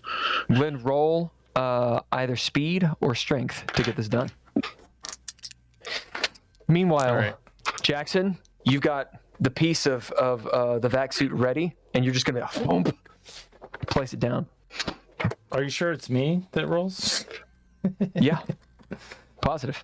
Well, I failed. You wanted to do it. No, I said you're gonna do it. You gotta do it. I said that Gunny should do it. If you're trying to decouple, then you got to roll. Okay. Well, with decoupling, Unless you want Gunny to do it. Yeah, I wanted Gunny to do it. I was just switching the. I was just decoupling us, or this is what you're talking about. Yeah. Yeah. Okay. Well, that is a failure. That is a 100% a failure. And what'd you roll? I rolled a 77.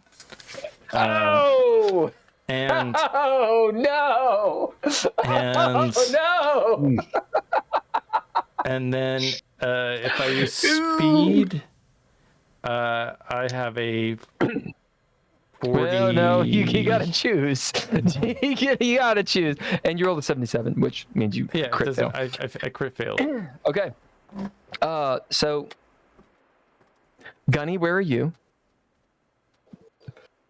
I got disconnected about 5 minutes ago, so all I came back to was cover the hole.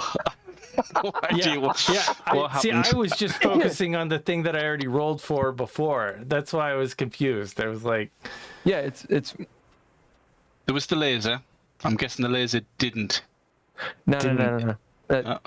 There's just mass confusion for some unknown reason. I don't quite understand why. Right. So I'll tell you what happened, and then I'll argue with Ken about his bad roll. All right. You don't have to argue with me. I mean, I get it. So, John, they went to the airlock, to the umbilical side. Glenn is pulling the levers. Jackson starts helping him, and several of the monsters, like 4 of them, slam up against the door, and they're banging on it, and they're starting to get through. So there's a tense situation where if they don't do it quick enough, the monsters start to get through, and they ruin the airlock. So it's going to be really hard to decouple and potentially, blow the airlock, right? Meanwhile, they've asked Ivy to use the ship laser gun to shoot the umbilical and just disconnect it. Because if they can do that, then it'll suck out all the monsters. right? Yeah. The problem is if the monsters get through the airlock, it'll start fucking with the hull integrity. That's the deal. So Jackson, his vac suit is all jacked up, so he's pulled off part of the vac suit, and in the event there's some depressurization, he's going to slam it onto where it depressurized. This is what Ken didn't hear, I don't think, and plug the hole, giving them some seconds to get into the ship and actually shut the door. That's what he's doing. Glenn has made the decision to be the person to pull the lever as quickly as possible, which is why you rolled. And you rolled a 77, which is a crit fail. That's what's going on. Yeah. No, I failed. I'm not. Right. This isn't working. Well, this is the crit fail. So the situation gets worse. That's what a failure means. Yeah. Can I make an intellectual roll because I'm not mechanical. I have no idea. No. Can I make an intellectual roll to see if I think, hold on, something's going wrong here, and then I can try and undo. So you don't need to make a roll. You don't need to make a roll. You will just know that something really bad is happening because the situation gets worse. It's not that he can't pull the lever. He pulls the lever. It's just at the same time, Glenn, as you pull the lever and you hear this chunk, right? You also hear or see these things, their claws rend the glass. They're in the umbilical now. You hear Ivy Dukes go, "Oh, we got it!" As the laser cuts the umbilical, those monsters start flying out. One's like holding on. The air in the airlock is shooting out. It's not like you're going to die, but it's going to cause you to potentially fall unconscious. Meanwhile, the door to the ship is also open. That's the bad right now. I'll head over. The real bad, and mind you, those two are in the airlock, okay? So if you shut the door, you lock them in the airlock. You dig? I was going to lock us in the airlock so that... because the airlock is depressurizing. The other thing is this. How much stress do you got, buddy? Me? 15. Nope. Okay. Glenn, you're muted. 18. Oh, because you healed. You lucky son of a bitch. Oh, I thought you panicked. Okay. Yeah. So, yeah. Woo! That. You still panic on a critical fail? Yeah, he does, but he's not at 20. He's not at 20 just taking save damage. He still panics though. All right. So, panic. I feel like that because it's been later, I get an advantage to roll this. Is that not correct? Because I had the stim pack way later than those other guys. That's fair. It is not a critical fail. Although I will state, way after the description, you can't do that. Okay. We'll allow it this time because that does make sense. But once the description's done, we're not going to retcon anymore because the ship blows up. It's like, but I get to reroll. No, it's still a fail. It's a fail. It's a fail. No, reroll it because you're right. The stim pack was way after they used it. So reroll it. It's a fail. At the very least, maybe it's not a crit fail. It's not a crit fail. It's just a fail. Okay. So what will happen then? You do not panic. Yeah. That's huge. That's huge. All right. Arthur, all that's happening. You are decoupled. Jackson, you've got your vac suit trying to plug the hole, which it does work. Whoop. One of the monsters, you hear him on the outside very, very well right now as he's rending, holding on in space. Oh! What are you doing, Arthur?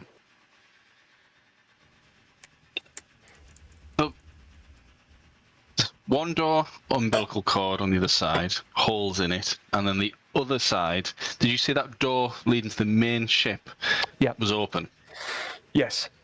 Right, I'm going to rush and shut that door. So you guys are going to lock yourself in the airlock. Because otherwise, I'm just questioning. Is that what you're doing? So imagine the airlock is a small room. It's got two doors. One's to the outside, one's to the inside of the ship. The outside door is closed. It is decoupled from the umbilical, which the umbilical is swinging in the wind right now. There's just one guy on it.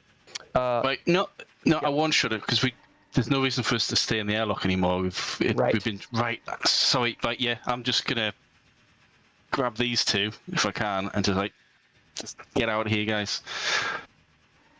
You guys cool with that? Yeah. All right. As Arthur, gunny, hands on shoulder, pulls you guys. You're in the ship. Arthur. Door closes. As you see that monster on the other side, its claws, it's on the ship, trying to get inside the airlock. What y'all doing? You see the station kind of move past the umbilical, swinging from the inertial force. But there's one monster on the airlock making headway inside. Are they? But they're in space. Is that correct? Yeah. Oh yeah. I'm gonna radio up. Mark Zero, we need some G's right now. I know there's a monster. You need G's. I got you, G's. Everybody, hold on. All right. So, what do you guys roll to to hold on because you're in the ship? No, I would say this is a body save because we need a body save. I love it. I love it. So roll thy body save. I got 0 G. 0 G will help. That will help. 100%. All right, roll your body saves. I just rolled fucking terribly. I love it as you whip around the ship. 39 out of 47. Nice. And I need to step away for just a minute. Yep. Keep my ears on though. Cool. I got a 22, which is a. Oh shit! Body save as you put you find your mag boots on the wall. Arthur, is there any advantage to this? I'm like, oh, just straight. Well, I got 93, so I failed by a lot. Is Arthur just? You see Arthur fly away. Can I help Arthur at all? Because he just grabbed me. How would you help him? I help stabilize him because I critically succeeded? Yes. So you grab onto him, straining muscles and stuff. Arthur, get advantage. Okay.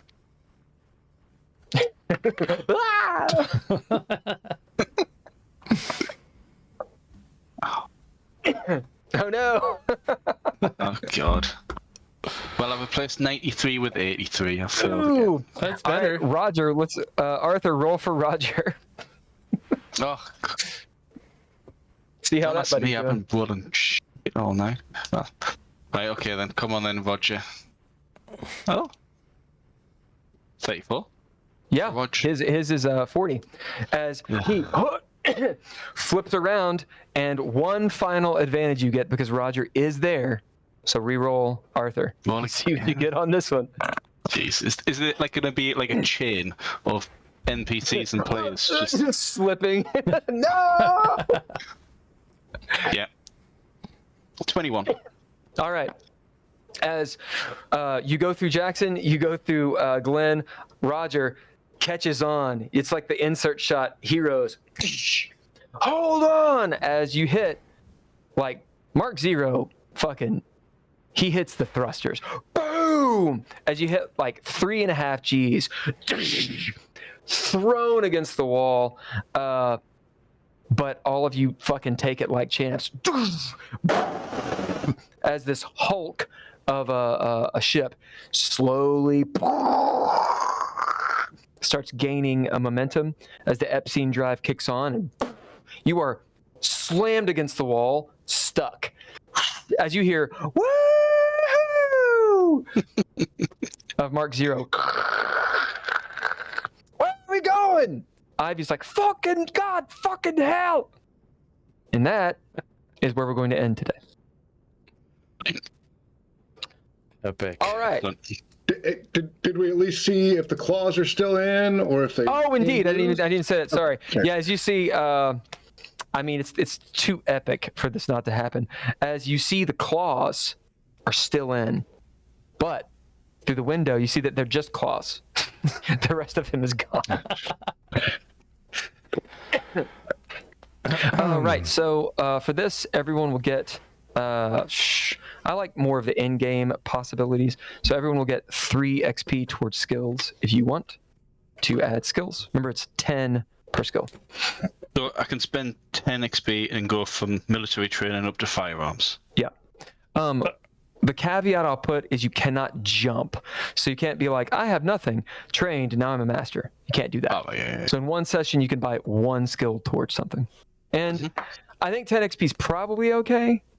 It might need to be 10, 15, 20. It just depends on how quickly people level up. Because in Mothership, you can't even do that unless you spend lots and lots and lots of time. Do I get any XP for writing the metadata? Yeah, you already rolled it. That was the first no. XP that I gave, the 6 XP you got. Oh, okay. Yeah, when I told you to roll that D6, that's the XP you got. Copy. For doing it. Awesome. Well, this has been a wonderful episode of the Geeky Gamer podcast. It's Tuesday, not Monday, just in case you're waiting for us all day long on Monday. And you're like, where the fuck were they the last few weeks? We've been playing on Tuesday and not recording it, apparently. That's a lie. Thanks to our Replay Production for being terrible. Terribly good from 2018 to 2023. All our lowercase letters, Mr. Interrupt, help with music. Couchfire Media helps with media and stuff. We are contactable at our Patreon if you want to give us some money. And we also have a coffee, Geeky Gamer podcast at the Patreon, a coffee at the Dreadlore. Good stuff coming from the Legends of Venice in the near future. Which hopefully the first 2 books will be out at either end of December, early January. Yeah, Linen Tapestry, that is the game, and the Legends of Venice is the module. And thank you to John Miller, myself, Sketch, who could not be here today because he's on his way to the Netherlands, and Bill. Hopefully we'll see Sketch again sometime soon. Yep. Yeah. Anybody have anything else before we go? Not really. You have 1, 2, I think it's 3 or 4 crew alive. Yeah, but you got some NPCs, and we got a lot of people in cryo. You got a bunch of cryo. You got a new ship that you've hijacked. Although you left all of your precious cargo, your heist is on the station. Yeah, but well, it was all going to come alive and turn into zombies probably anyway. But you have all the cargo on this one. And, and the ship. And the ship with all the fuel. Yeah. Good place to be. We'll see you next Tuesday, right about the same time, about 2:00 Eastern Standard. Yep. Right about now.